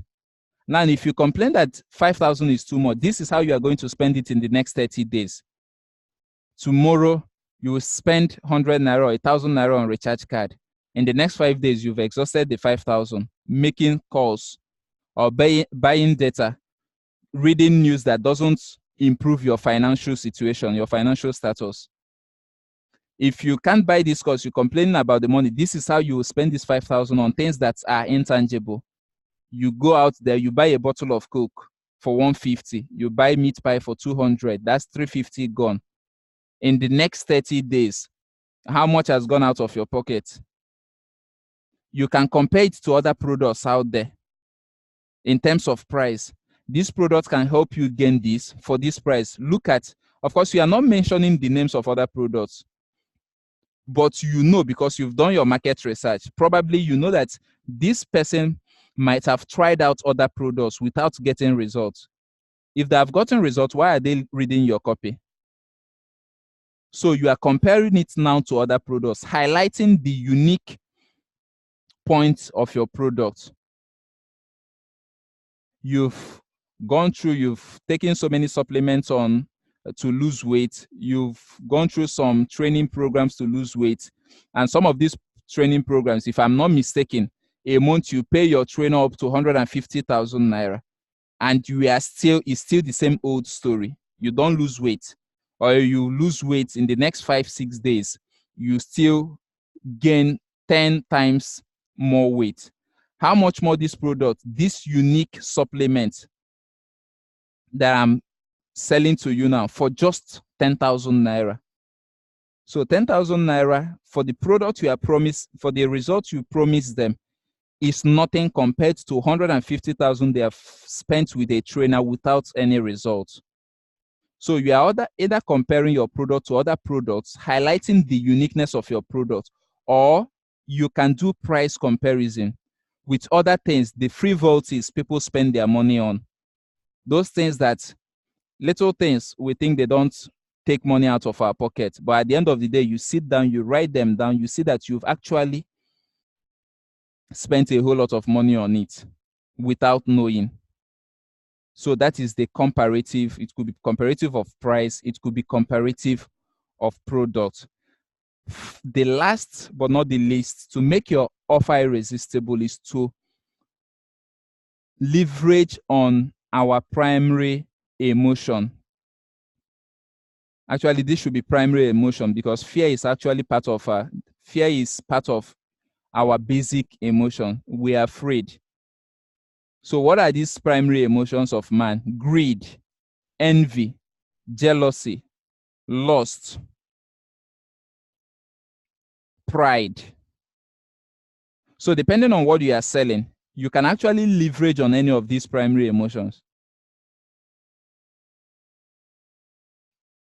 If it's on greed or on jealousy, you can tell them, imagine what would happen if you start making so amount as an extra income every month.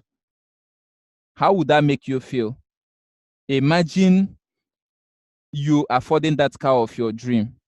Of course, we love luxury. We love things that will self-improvement, things that will put us on the next level in terms of status. So if it's a man that has been working, you don't have a car, then someone is telling you, seize this new business opportunity, and I guarantee you with the money you make, you can buy that your dream car.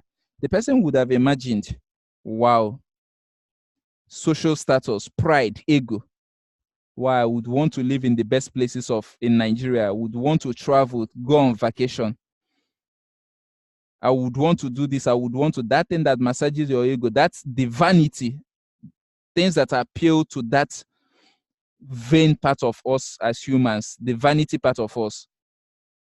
And everybody has that, even the most religious.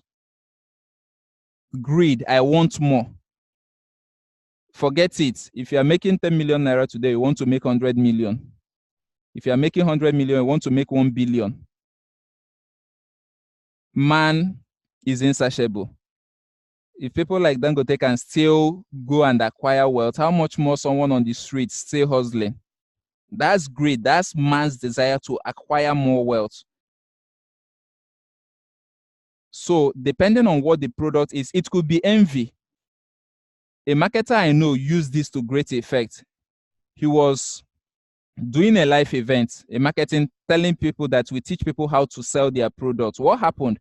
He told them, he said, in one of his email series that I read, he said, imagine you miss out on this. And right there in my live event, one of your competitors is there. What will happen?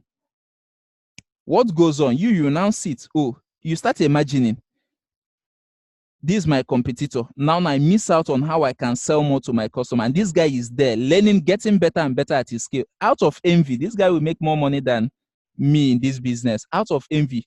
That's the person pressing what? Our primary button, primary emotion. It could be fear of losing out. What do you stand to lose out?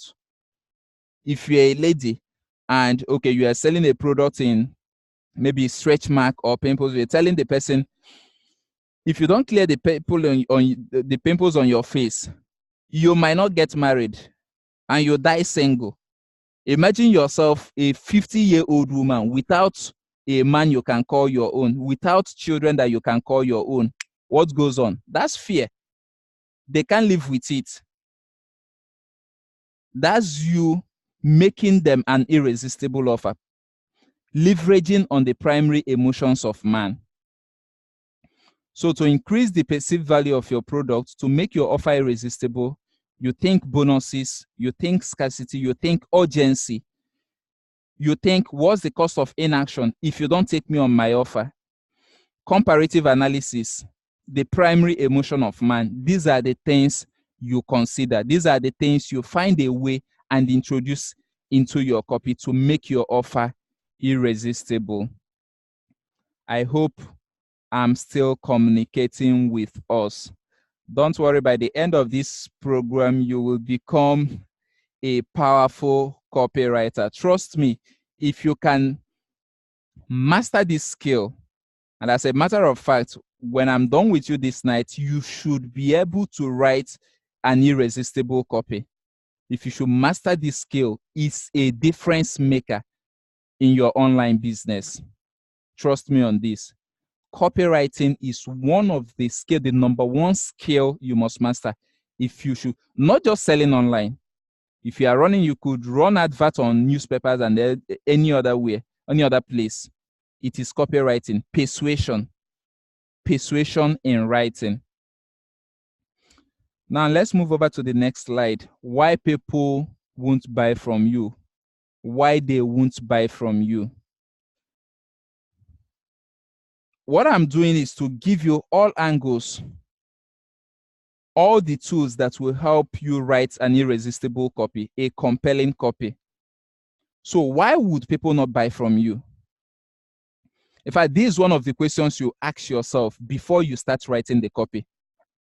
That's imaginary potential customer that you have.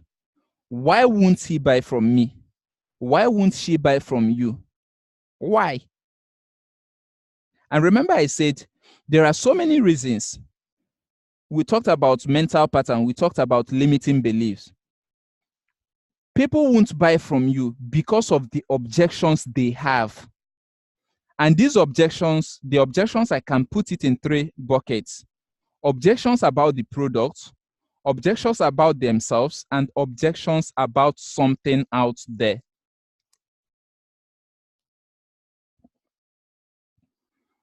Objections about the product, objections about themselves, and objections about something out there.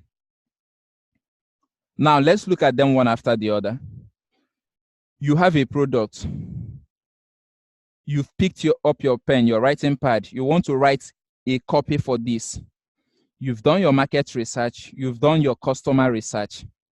And you have your avatar, your customer avatar, that potential customer. You know the person. You want to speak their language. You want to communicate to them through your sales copy. You want to persuade them to take them on your offer. Now, the first question, one of the questions you have to ask is, why would this person not buy my product? Why you're asking this question is that if you can answer these 3 questions, objections about your product, objections about themselves, and objections about something out there, it will help you to be more persuasive with your copy. It will help you be proactive because you've seen why they won't buy, and in your copy, you address all these objections. Objection about the product. The objection could be, how am I sure this product is effective? Oh, I've gone through, I've seen such similar products before. I've used similar products in the past. They weren't effective. So, how am I sure this one is going to work? That's the objection about the product. Now, if you know this, the objection they will have about the product, you start asking yourself, how do I address this? And one of the ways you could address that is by what? Showing testimonials of others that have used the product. So when you show the testimonials, you are now shattering that their limiting belief about your product. I'm not sure this product will work. But now you've shown them proof that someone used this and this is the person's testimonial. Now it helps them to say, oh, okay, I used to have doubt about this product. But since I've seen, oh, not 1 person, 2 persons, 3, 4, 5, 6, as many proofs as possible, share it on your copy, as many as possible. So when they see, they feel like they'll say, oh, okay, actually this product works. If others have used it, if others in my shoes, if others like me have used it and got results, it means I can use it and get results for myself. Another objection could be objection about themselves. That's where limiting belief comes in. For example, I'm selling a product that teaches people how they can make money online. One of the objections could be, but I'm not techie. I'm not the techie type. How can I, of course, people have this mindset of how can I code and design a website? When you talk about sales page, landing page, how do I do all those stuff? I didn't study engineering in school. I'm not a computer wizard, this, that. This is the objection about the customer. The customer is having this limiting belief. I can't do this.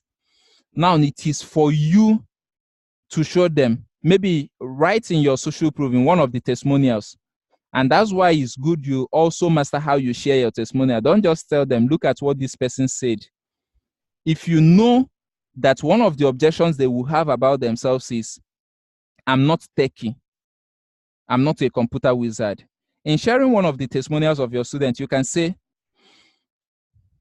John, one of my students who had zero background in computer or in technology, was able to make so amount the moment I showed him my way, how he can leverage on this same information I'm about to share with you and make sales online and make money online. What that helps, by sharing that testimonial, the person have seen, oh, so there is this John, he's not even techie. He doesn't have any computer background, just like myself, but he has gone through your course and is able to get results for himself. That is you addressing that objective. You can as well address this objection when telling your story. For example, I'm not the techie type, and actually it's one of the objections I had, limiting beliefs I had before I went into internet marketing. I was thinking, I've never done anything coding. I've never designed a website. How am I going to do this? I'm not the social media type. I don't spend all my days on social media. So how am I going to master Facebook and run Facebook ads? Hell, they talk about installing maybe Thrive Architect or Insta Builder for my sales page. What is even a sales page? How do I code it?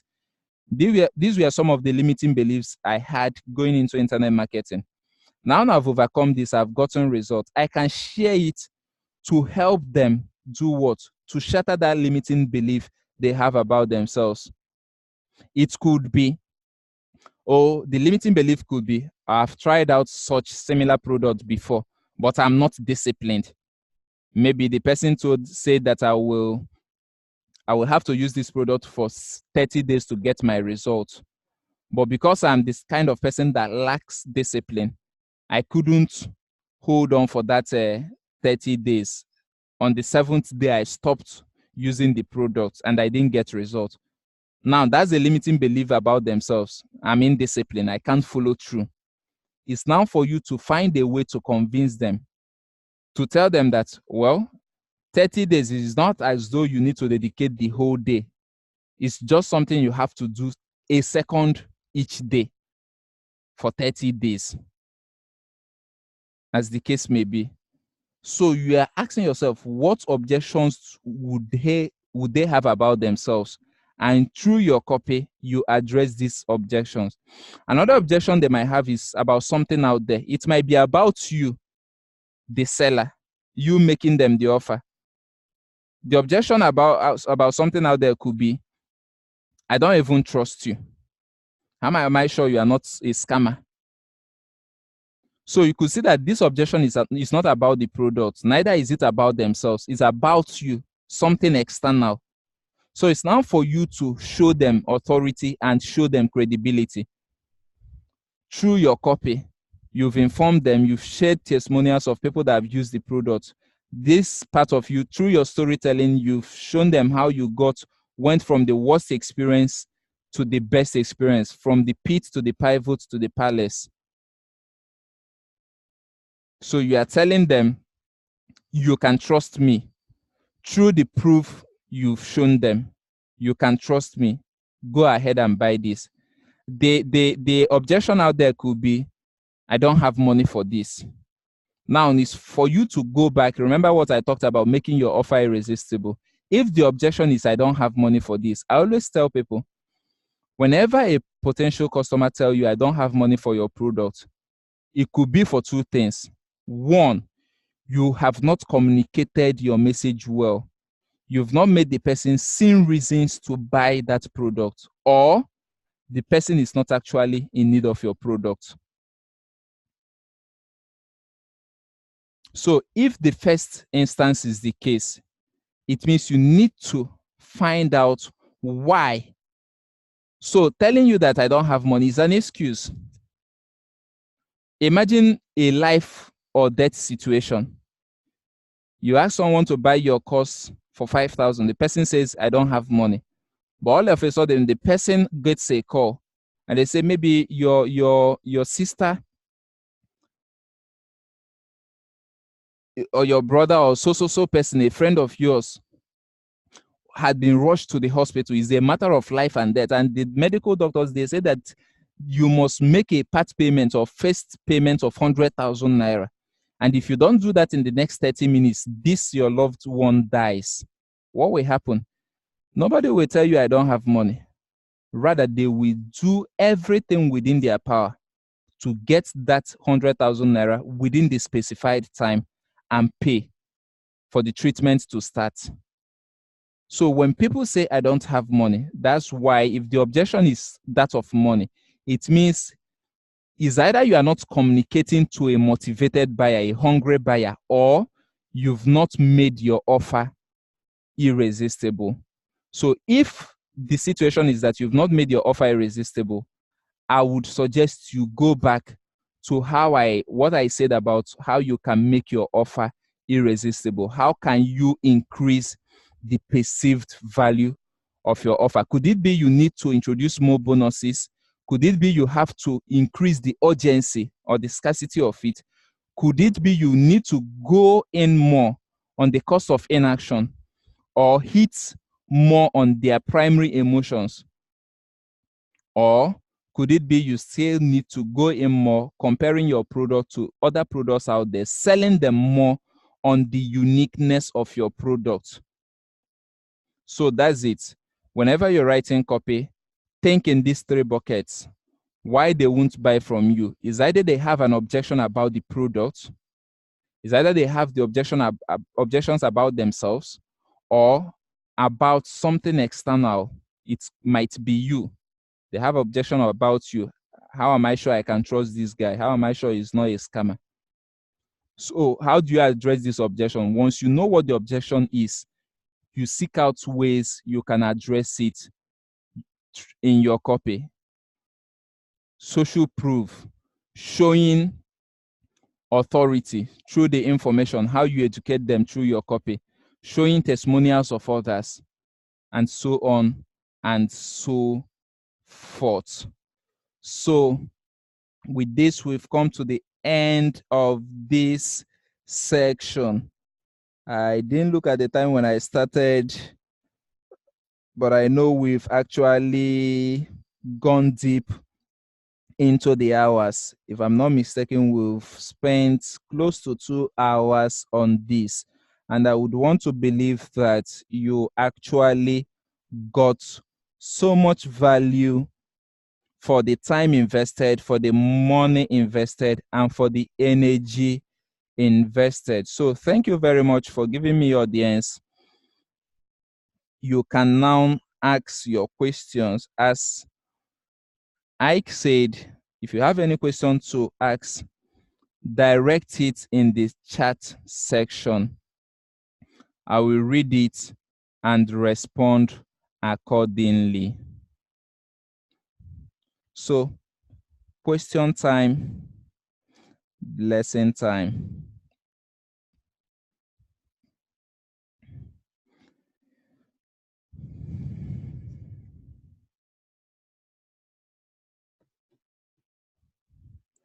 Do I have any question?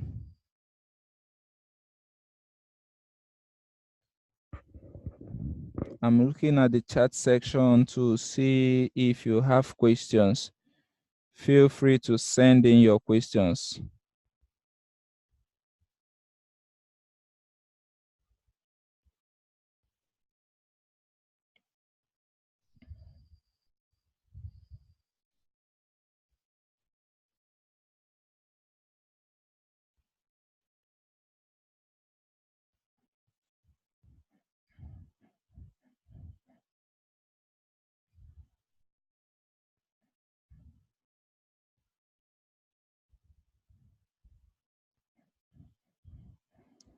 So I'm waiting for your questions.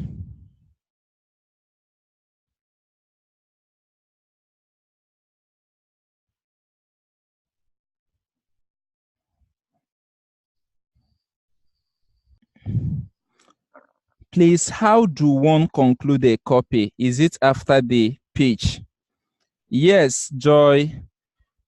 You The pitch actually is the final section of your copy. Remember, I said that's where the two major things you do, that part of your sales copy is, number one, to make you the offer, to make your offer. Now, the final part of it is your call to action. Once you make your offer, throw in everything I've shared with us that would make your offer irresistible. The next thing to do is to tell them what they need to do. And what do they need to do? You want them to buy. So that's where you make your call to action. That's how you end your copy. Give them a call to action. Of course, after giving them a call to action, you can go down in your copy. If it's a time-sensitive offer, depending on the kind of sales page you're using, you could put the timer. I believe you have come across maybe a course you want to buy online or a product you want to buy online, and you see a timer. It reads second by second. You see the time running down. So that's a time-sensitive offer. Part of it is that creating that urgency. And that time will the writer or the marketer will do well to place that time right after the call to action button, where you're asking them to click here for your payment or click here to get to buy the product. So the time is there ticking down fast, and you've told them after this time elapsed, the price increases, maybe the discount goes away. So how you close your offer, after you must have made your pitch, made your offer known to them, you close your offer by giving them a clear call to action. Remember, clear call to action. Don't ever assume they know what to do. Rather, assume you are selling to a 6-year-old baby or a primary 6 pupil who doesn't know his left from his right. So whatever step you want them to take, in clear terms, tell them, click the button below.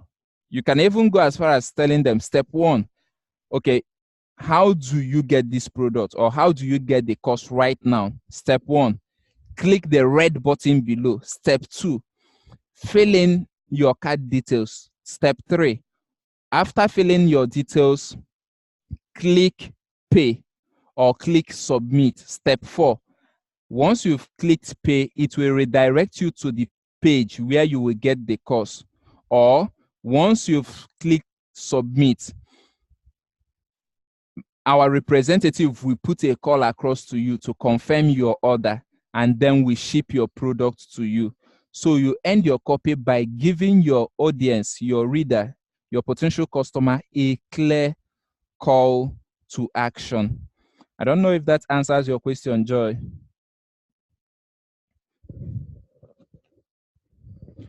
Okay, Ajayi said, my apologies. I joined late. I came in at a trip framework. Can you explain creating scarcity?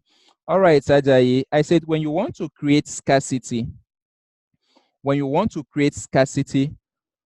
depending on what you are selling, if it's a live event, I used one of the live events I did last 2 weeks, some 2 weeks ago as an example. How did I create scarcity for the event? First of all, I knew that my offer was irresistible. How did I know? This is a strategy section, a 4-hour business strategy section for online entrepreneurs. I made them an offer. Ordinarily, if you should have a 4-hour strategy section with me, you should be paying upwards of 50,000 naira. But in this case, what I asked them, of course, I stated out in my copy, the Facebook post I made, I said, I was going back to Enugu. I started out my business in Enugu. So for a year now, after relocating to Lagos, this is the first time I'm going back to Enugu. So to me, it's like going back to my roots, my way of showing gratitude, my way of paying back to where I started out from. I said, okay, you don't need to pay me 50,000 naira for this 4-hour strategy section. For just 2,000 naira, actually what they were covering is not even up to the amount of food they took over the 4 hours, like the refreshment. So the 2,000 naira, for me, it was just to sieve out the unserious ones. So that by itself was an irresistible offer. Now, to introduce more scarcity, I knew that my offer is irresistible. And if I allow, so many people would want to be part of it. And I didn't want crowd. So to make people pay immediately, to create that urgency, I made it scarce. How did I do that? I said, this is only available for 10 persons. So once I have up to 10 persons pay for the business strategy section, case closed. You can't be part of it again.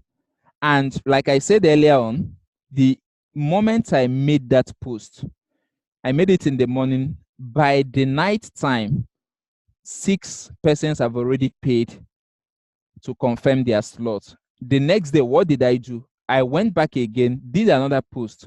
The headline, the caption was 6 slots taken, 4 still open. And after that headline, I went into details about what the 4-hour business strategy section is going to be all about, the benefit of being part of it. So that is scarcity. Someone that didn't see the offer the first day, or someone that saw it but was procrastinating, maybe tomorrow or next tomorrow, let me pay. Now you see that we have limited slots, 10 slots open, 6 are already taken, 4 remaining. You can never tell. If you procrastinate, maybe in the next 4 hours, the slots would be sold out.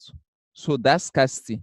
So if you're selling, if it's a physical product, that's me using it for live event. If it's a physical product, you could tell them, if that actually is a hot product, you could tell them we have just about 7 of these in stock.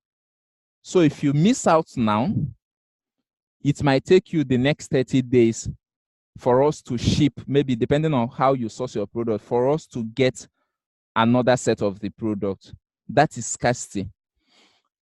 Look at filling stations. They apply this marketing technique, especially during season time, the festive period. Except for, thank God, last year, I don't think we experienced much of that. But for the previous years, from the first week of January, what happens? There is scarcity of fuel. What do? They hoard it, make it unavailable. Of course, the law of demand and supply, when the demand is high, when the demand is high and supply is low, inflammation sets in. So they first hoard the fuel, making it scarce. Because everybody wants to buy fuel, those that will be traveling, what happens? The next time, or the few filling station where you will get it, if a liter normally goes for 145 naira, they will tell you now it goes for 500, and you will still buy it because it's what? It's scarce. But in this case, we are not using it to rip people of their money. No, we're not using it to scam them. We're actually using it to create that sense of urgency, to make them buy now. Scarcity, if it's a digital product you are selling, you can tell them, if it's a coaching program, online coaching program, you can tell them, I only take 5 people for my coaching section for the next 90 days. That's scarcity. Imagine 1,000 people reading your sales copy, and you know that you targeted your adword. These are people you know would be much interested in it. And now you are telling them you can only take on 5 persons as a coaching client. What will happen? That scarcity you've created. And part of it, creating scarcity, you are introducing urgency, making them to take you on your offer right away. Okay. So Ajayi, I don't know if that answers your question. If your question has been well answered, please, I want you to leave it in the chat section. Joy said, thank you. Yes. Okay, Joy, I'm glad I've been able to answer your question.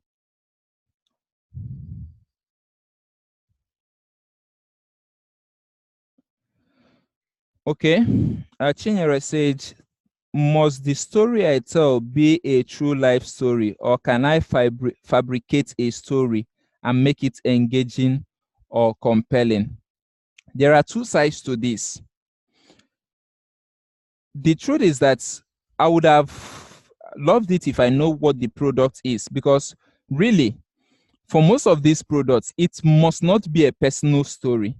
Remember, I said it could be the story of a customer who have used the product. You don't even need to know the person. If it's a product that is out there and you searched online and you see someone that's sharing testimonial have actually used this, of course you can use that, right? So you can actually get the life story. Does not need to be personal. It could be that of a friend. Can you fabricate story? Yes, you can. But I say that still with a caveat. Yes, you can, in the sense that for most of the products or most of the copies I've written for clients, one of the things I do is that I go out there to search out. If you go to Google, there are so many people that are going through similar experience. For example, let's look at weight loss. There are people that you go online, they share their story about how they really found it difficult gaining weight, going through the mental stress of suffering low self-esteem and things like that. So you can get a story like that and now coin it. But now when you are talking about your product, we are no longer talking about the product the person talked about there.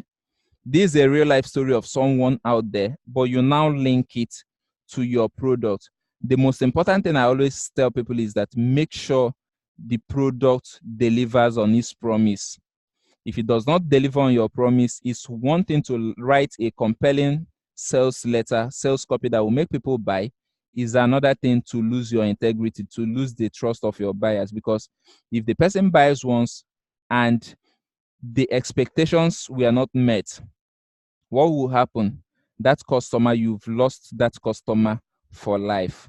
So you can fabricate a story, but you don't actually need to start coming up with a story right out the thin air.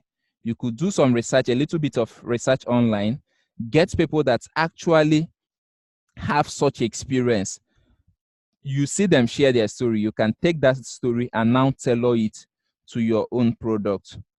So Chinenye, I don't know if that answers your question. If it answers your question, kindly let me know.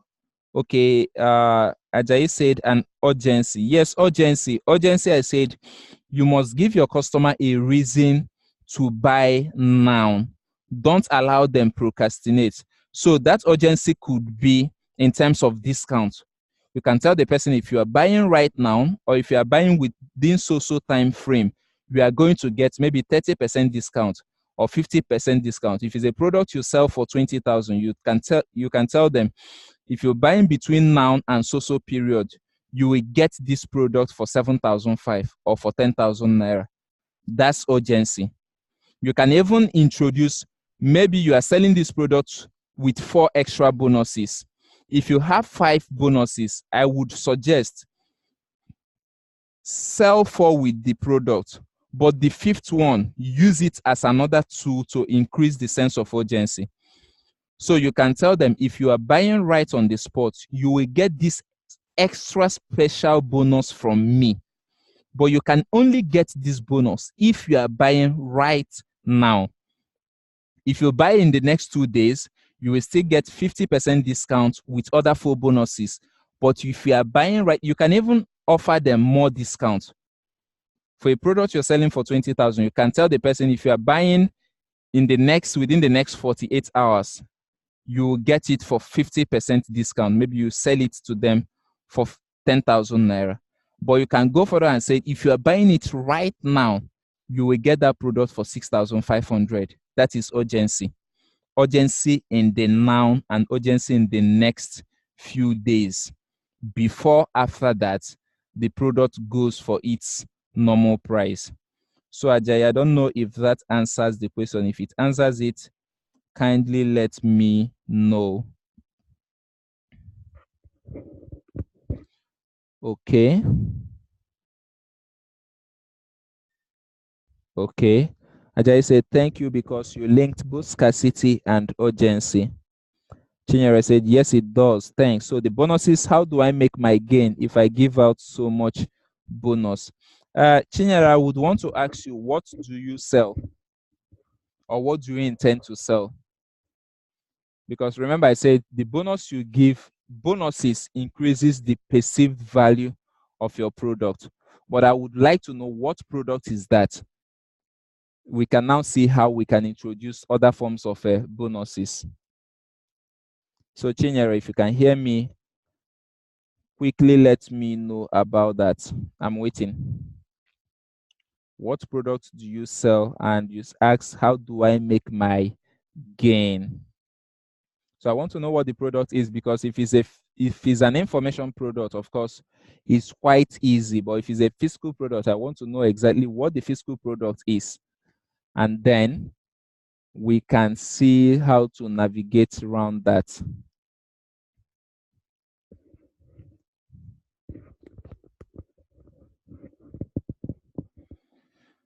Okay, supplements. Supplements. Now, with the knowledge I have about supplements, I know some of the supplements, depending on the ailment, they come in pack. So let's assume you have a 5-pack supplement or just one supplement, and this supplement goes for, a pack of it goes for 5,000. How can you introduce bonus? There are so many ways, but let's consider this angle. You have this supplement, it sells for 5,000 naira. Or probably you buy that particular supplement for 3,500. Now you factored in cost of purchase, cost of delivery, and also your profit margin. And you know that you can comfortably sell this for 15,000 or 14,500. For convenience, let's use 15,000. You buy this product for 3,500, this supplement for 3,500. You are selling it for 15,000.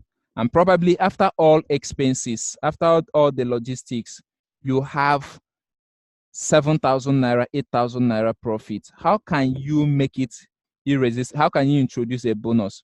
This is how you can do that. Since a pack, you sell one pack for 15,000, you could tell your customer or your potential, your prospects, your potential customer, one goes for 15,000, but if you buy two, I'll give it for you for 25,000 naira. What does that mean? The person saves 5,000 naira. And what does that mean? You buy this product for 3,500, so two should be 7,000 naira. 25,000 naira, remove other expenses, you still have up to 7,000 naira, 8,000 naira pure profit, or 10,000 naira as the case may be. So that's a way you can do that. Another way you can do that, if the supplement, maybe you are selling something around weight loss, and the supplement, you buy it for 3,500, you want to sell it for 15,000 naira. How can you add a bonus? If the supplement, your target market is women, there is this belt that they wear. What's it called again? I think tummy belt or something like that they wear, that helps put them in shape. You can tell the person, of course, they don't know this belt. If you check online, some people sell it for 15,000, some for 12,000, as depending on the quality. Now, imagine you source this belt for 1,000 naira, and your supplement, you source it for 3,500. That's total cost price of 4,500. Now, include shipping. You are shipping outside, you are in Lagos, you are shipping to other states, and cost of shipping is 2,000 naira, home delivery. Include it, that's like 6,500. You run a Facebook ad. Let me assume that to get a customer, you spend 100 naira or 600 naira. But since we are dealing, I want us to use a round figure. Okay, let me assume it takes you 500 to get one serious customer. So 500 on ad spend per customer plus 6,500, that's 7,000 naira. The supplement, you are selling it for 17,500. What happens? You are selling the supplement, but you've included this belt, this waist trimmer. as a bonus, and you've actually added the cost of the bonus and even the cost of shipping, and still you have 10,000 naira, 10,500 pure profit. How about that, Chinenye? Does that give you any aha moment, any light bulb moment? So you see, there are so many ways you can come up with that. You can sell the product. Okay, you sell this for 15,000 naira, this supplement for 15,000 naira. But instead of buying one, or instead of buying two for 30,000 naira, you are now selling two for 25,000. You can even take it a notch ahead. Instead of buying three for 45,000, you can buy three for 35,000. That's you giving them more discount. Remember, business is a game of volume, game of numbers. That's you making more profit. So 3,500 times 3, that's about 7,000, 10,500, right? Now, because this is the same customer, one person buying it, so it's not like you are selling to 3 different buyers, one buyer. So cost of shipping still remains 2,000 naira. Include it to 10,500, that's 12,500. You are now selling 3 instead of 45,000. You are selling 3 for 35,000. 35,000 minus 10,500. How much do you have? Do the mathematics. Can someone tell me, please? My brain has shut down in this calculation. So do it. I want to see it. Yeah, Chinanya, if you can do that, or Joy, or anybody, Ajayi, if you are still on with us. 35,000 minus 10,500.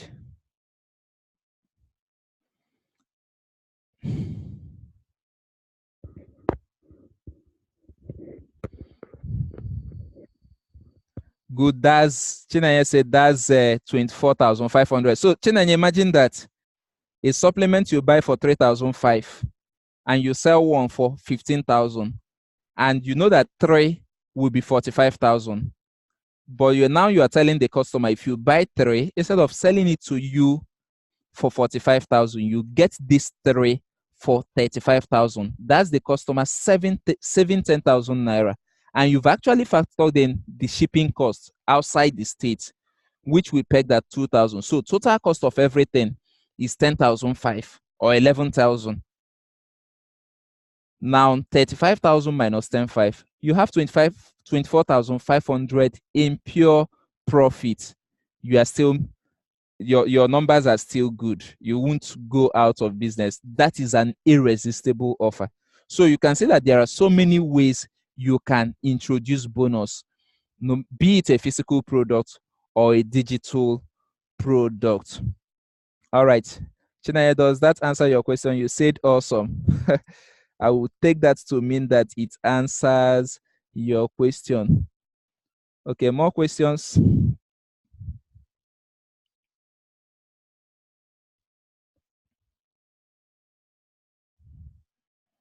We still have a couple of minutes to go.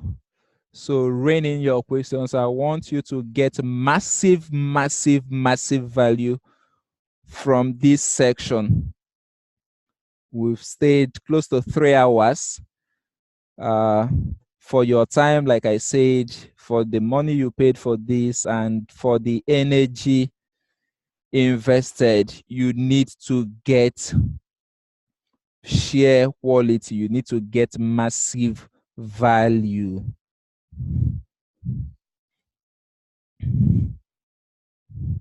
So I'm still open to your questions. Moyo, I don't know if you're still with us. Victor Williams, Joy.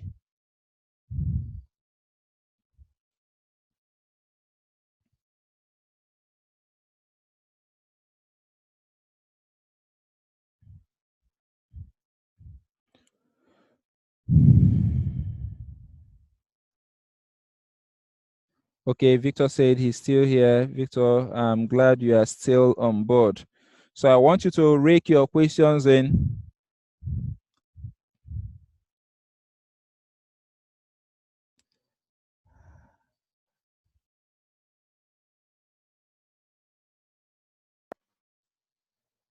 Ike, if you have your question, yeah. I'm still here. Okay, okay. I can hear you loud and clear. If you have questions, you are free to ask.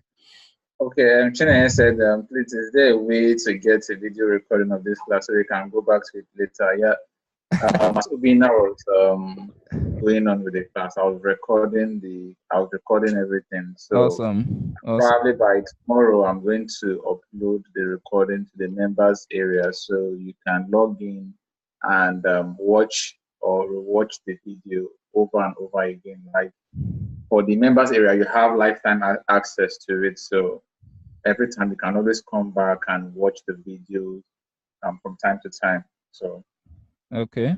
that's it.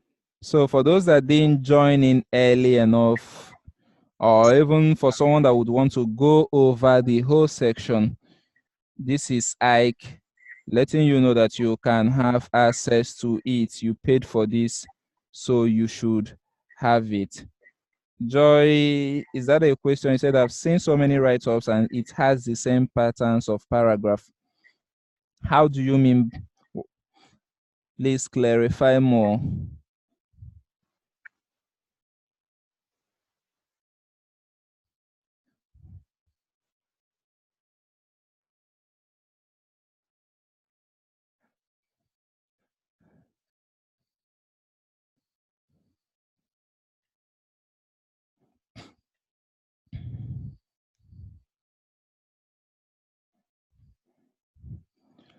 Okay.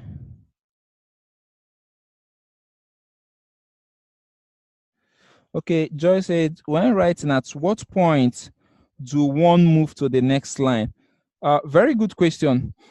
Now, when it comes to writing copy, there is what we call white space. When you're writing, I always suggest for each paragraph, let it not be more than 4 lines, at most 4 lines, in excess 5. Why? Because people are lazy. People are mentally lazy, especially when it comes to reading. Even yourself, imagine yourself when you have a book that has the paragraph, maybe a paragraph up to 20 lines, all modeled up, and you have a book that's 2 lines, enough space, another 2 lines, enough space. Which one do you consume the other? You are compelled to read the other more. Why? Because you assume, what will it take me? Is it not just 1 line? You read it, I move over to the next line, read it, move over to the next line, read it. So whenever you are writing, give enough space, number 1. Secondly, don't get the paragraphs modeled up. At most, a 4-line paragraph should be good. Then move to the next paragraph. And like I said earlier, always make the next person or your reader, for every line, introduce that element of curiosity that would make your reader continue reading. For example, I don't know if you've come online when I shared this part of my post, Chinyere. This post I said, or Joy rather, I used it to promote one of my courses online. The headline, my mom is not on Facebook, and that's why I will share this here. That headline has an element of curiosity. Now watch my writing. You could see that the highest number of lines for each paragraph here is 2 lines. What does it mean? When you see it, it doesn't get clustered up. Some other person would want to read this. Of course, somebody that doesn't know any better would want to write this and have everything in 1 or 2 paragraphs, and everything becomes muddled up. It's not good. Now see how I spaced the paragraphs. Then, like I said, element of curiosity. For every line of this post, you are anchored to want to read the next line. My mom is not on Facebook. That's why I would want to share this. The question is, what is this thing that Obina wants to share on Facebook? Because his mom is not on Facebook. Last night, I caught myself doing something terrible. You see that the next line? So you are asking yourself, what could that be? Something terrible that Obina did at night. The next line, you want to find out more. So the next line, the last time I did such thing was in my junior secondary school days with a girl. So you see that punch, you see the curiosity, you see the hook. Something I did that I want to share with you on Facebook because my mom is not on Facebook. I did it last night and it's something terrible. And now I'm telling you, the last time I did it was with a girl. So what's your mind telling you? You want to find out, you are curious. Now the next line, when I did that with a girl, the last time I did it, mom really frowned upon it. So you see that for every line, I'm making my reader want to read the next line. So Joy, I don't know if this answers your question. When it comes to the writing pattern, keep your words simple. If you can, make it 2-3 line paragraph. Give enough space in between paragraphs. It will make for an easy, compelling read. Okay. Joy said yes, thanks. You're welcome, Joy. William said, I think Joy is just sharing an observation. Okay. After getting mind blown. It's all right. That's awesome. I'm very glad that you guys got massive value for your investment. I'm still open to your questions before I round off.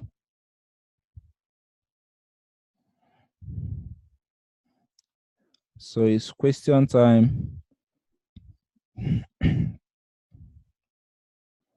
Feel free to ask your question. Of course, this is not back in our school days where you are shy. You don't want your classmates to see you as Olodo. You have a question to ask. You say, what if I now ask this question and it's a stupid one? And the class laughs at me. Nobody would laugh at you here. The intention is for us to learn and become great at copywriting. So let me have your questions and we'll round off.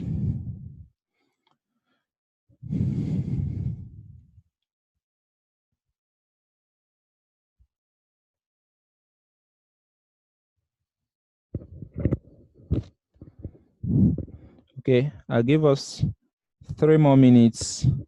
In the next 3 minutes, and there are no questions to attend to, we call it a section. So time ticking, tick tock, 3 minutes to go.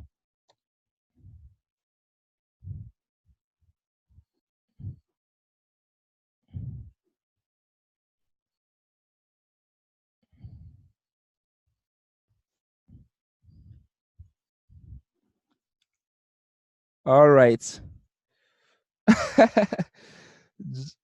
Mr. Victor said I can round off. He wants to go and sleep and wouldn't want to lose anything. Okay, Chinanya said, for me, I would like to go back to my newsletter. And if I have more questions, how can I get across to you? Well, you can search me out on Facebook, Obinna Okeke. You can talk to Ike. Ike is my very good friend. Once he lets me know that someone has a question and would want clarification, I will always make myself available. So Chinenye, you don't have anything to fear. You can chat me on Facebook, Okeke Obinna, or you let Ike know. Ike has my number. You can send me a message on WhatsApp. Just introduce yourself, and then we take it up from there. All right. In the absence of no other question, we call it a section. Thank you all so very much. It's lovely time with you, and I feel humbled taking on this section tonight. Thank you. Thank you all, and God bless you. Have a great night. Over to you. Thank you very much. I really appreciate You're welcome. the time with us. It's been almost 3 hours. Okay, the thing is, I have 3 copies that was written that so well. Okay. And I'm going to share it with every member of the academy. Okay. whereby it's going to be part of our assignment, whereby we are going to dissect that copy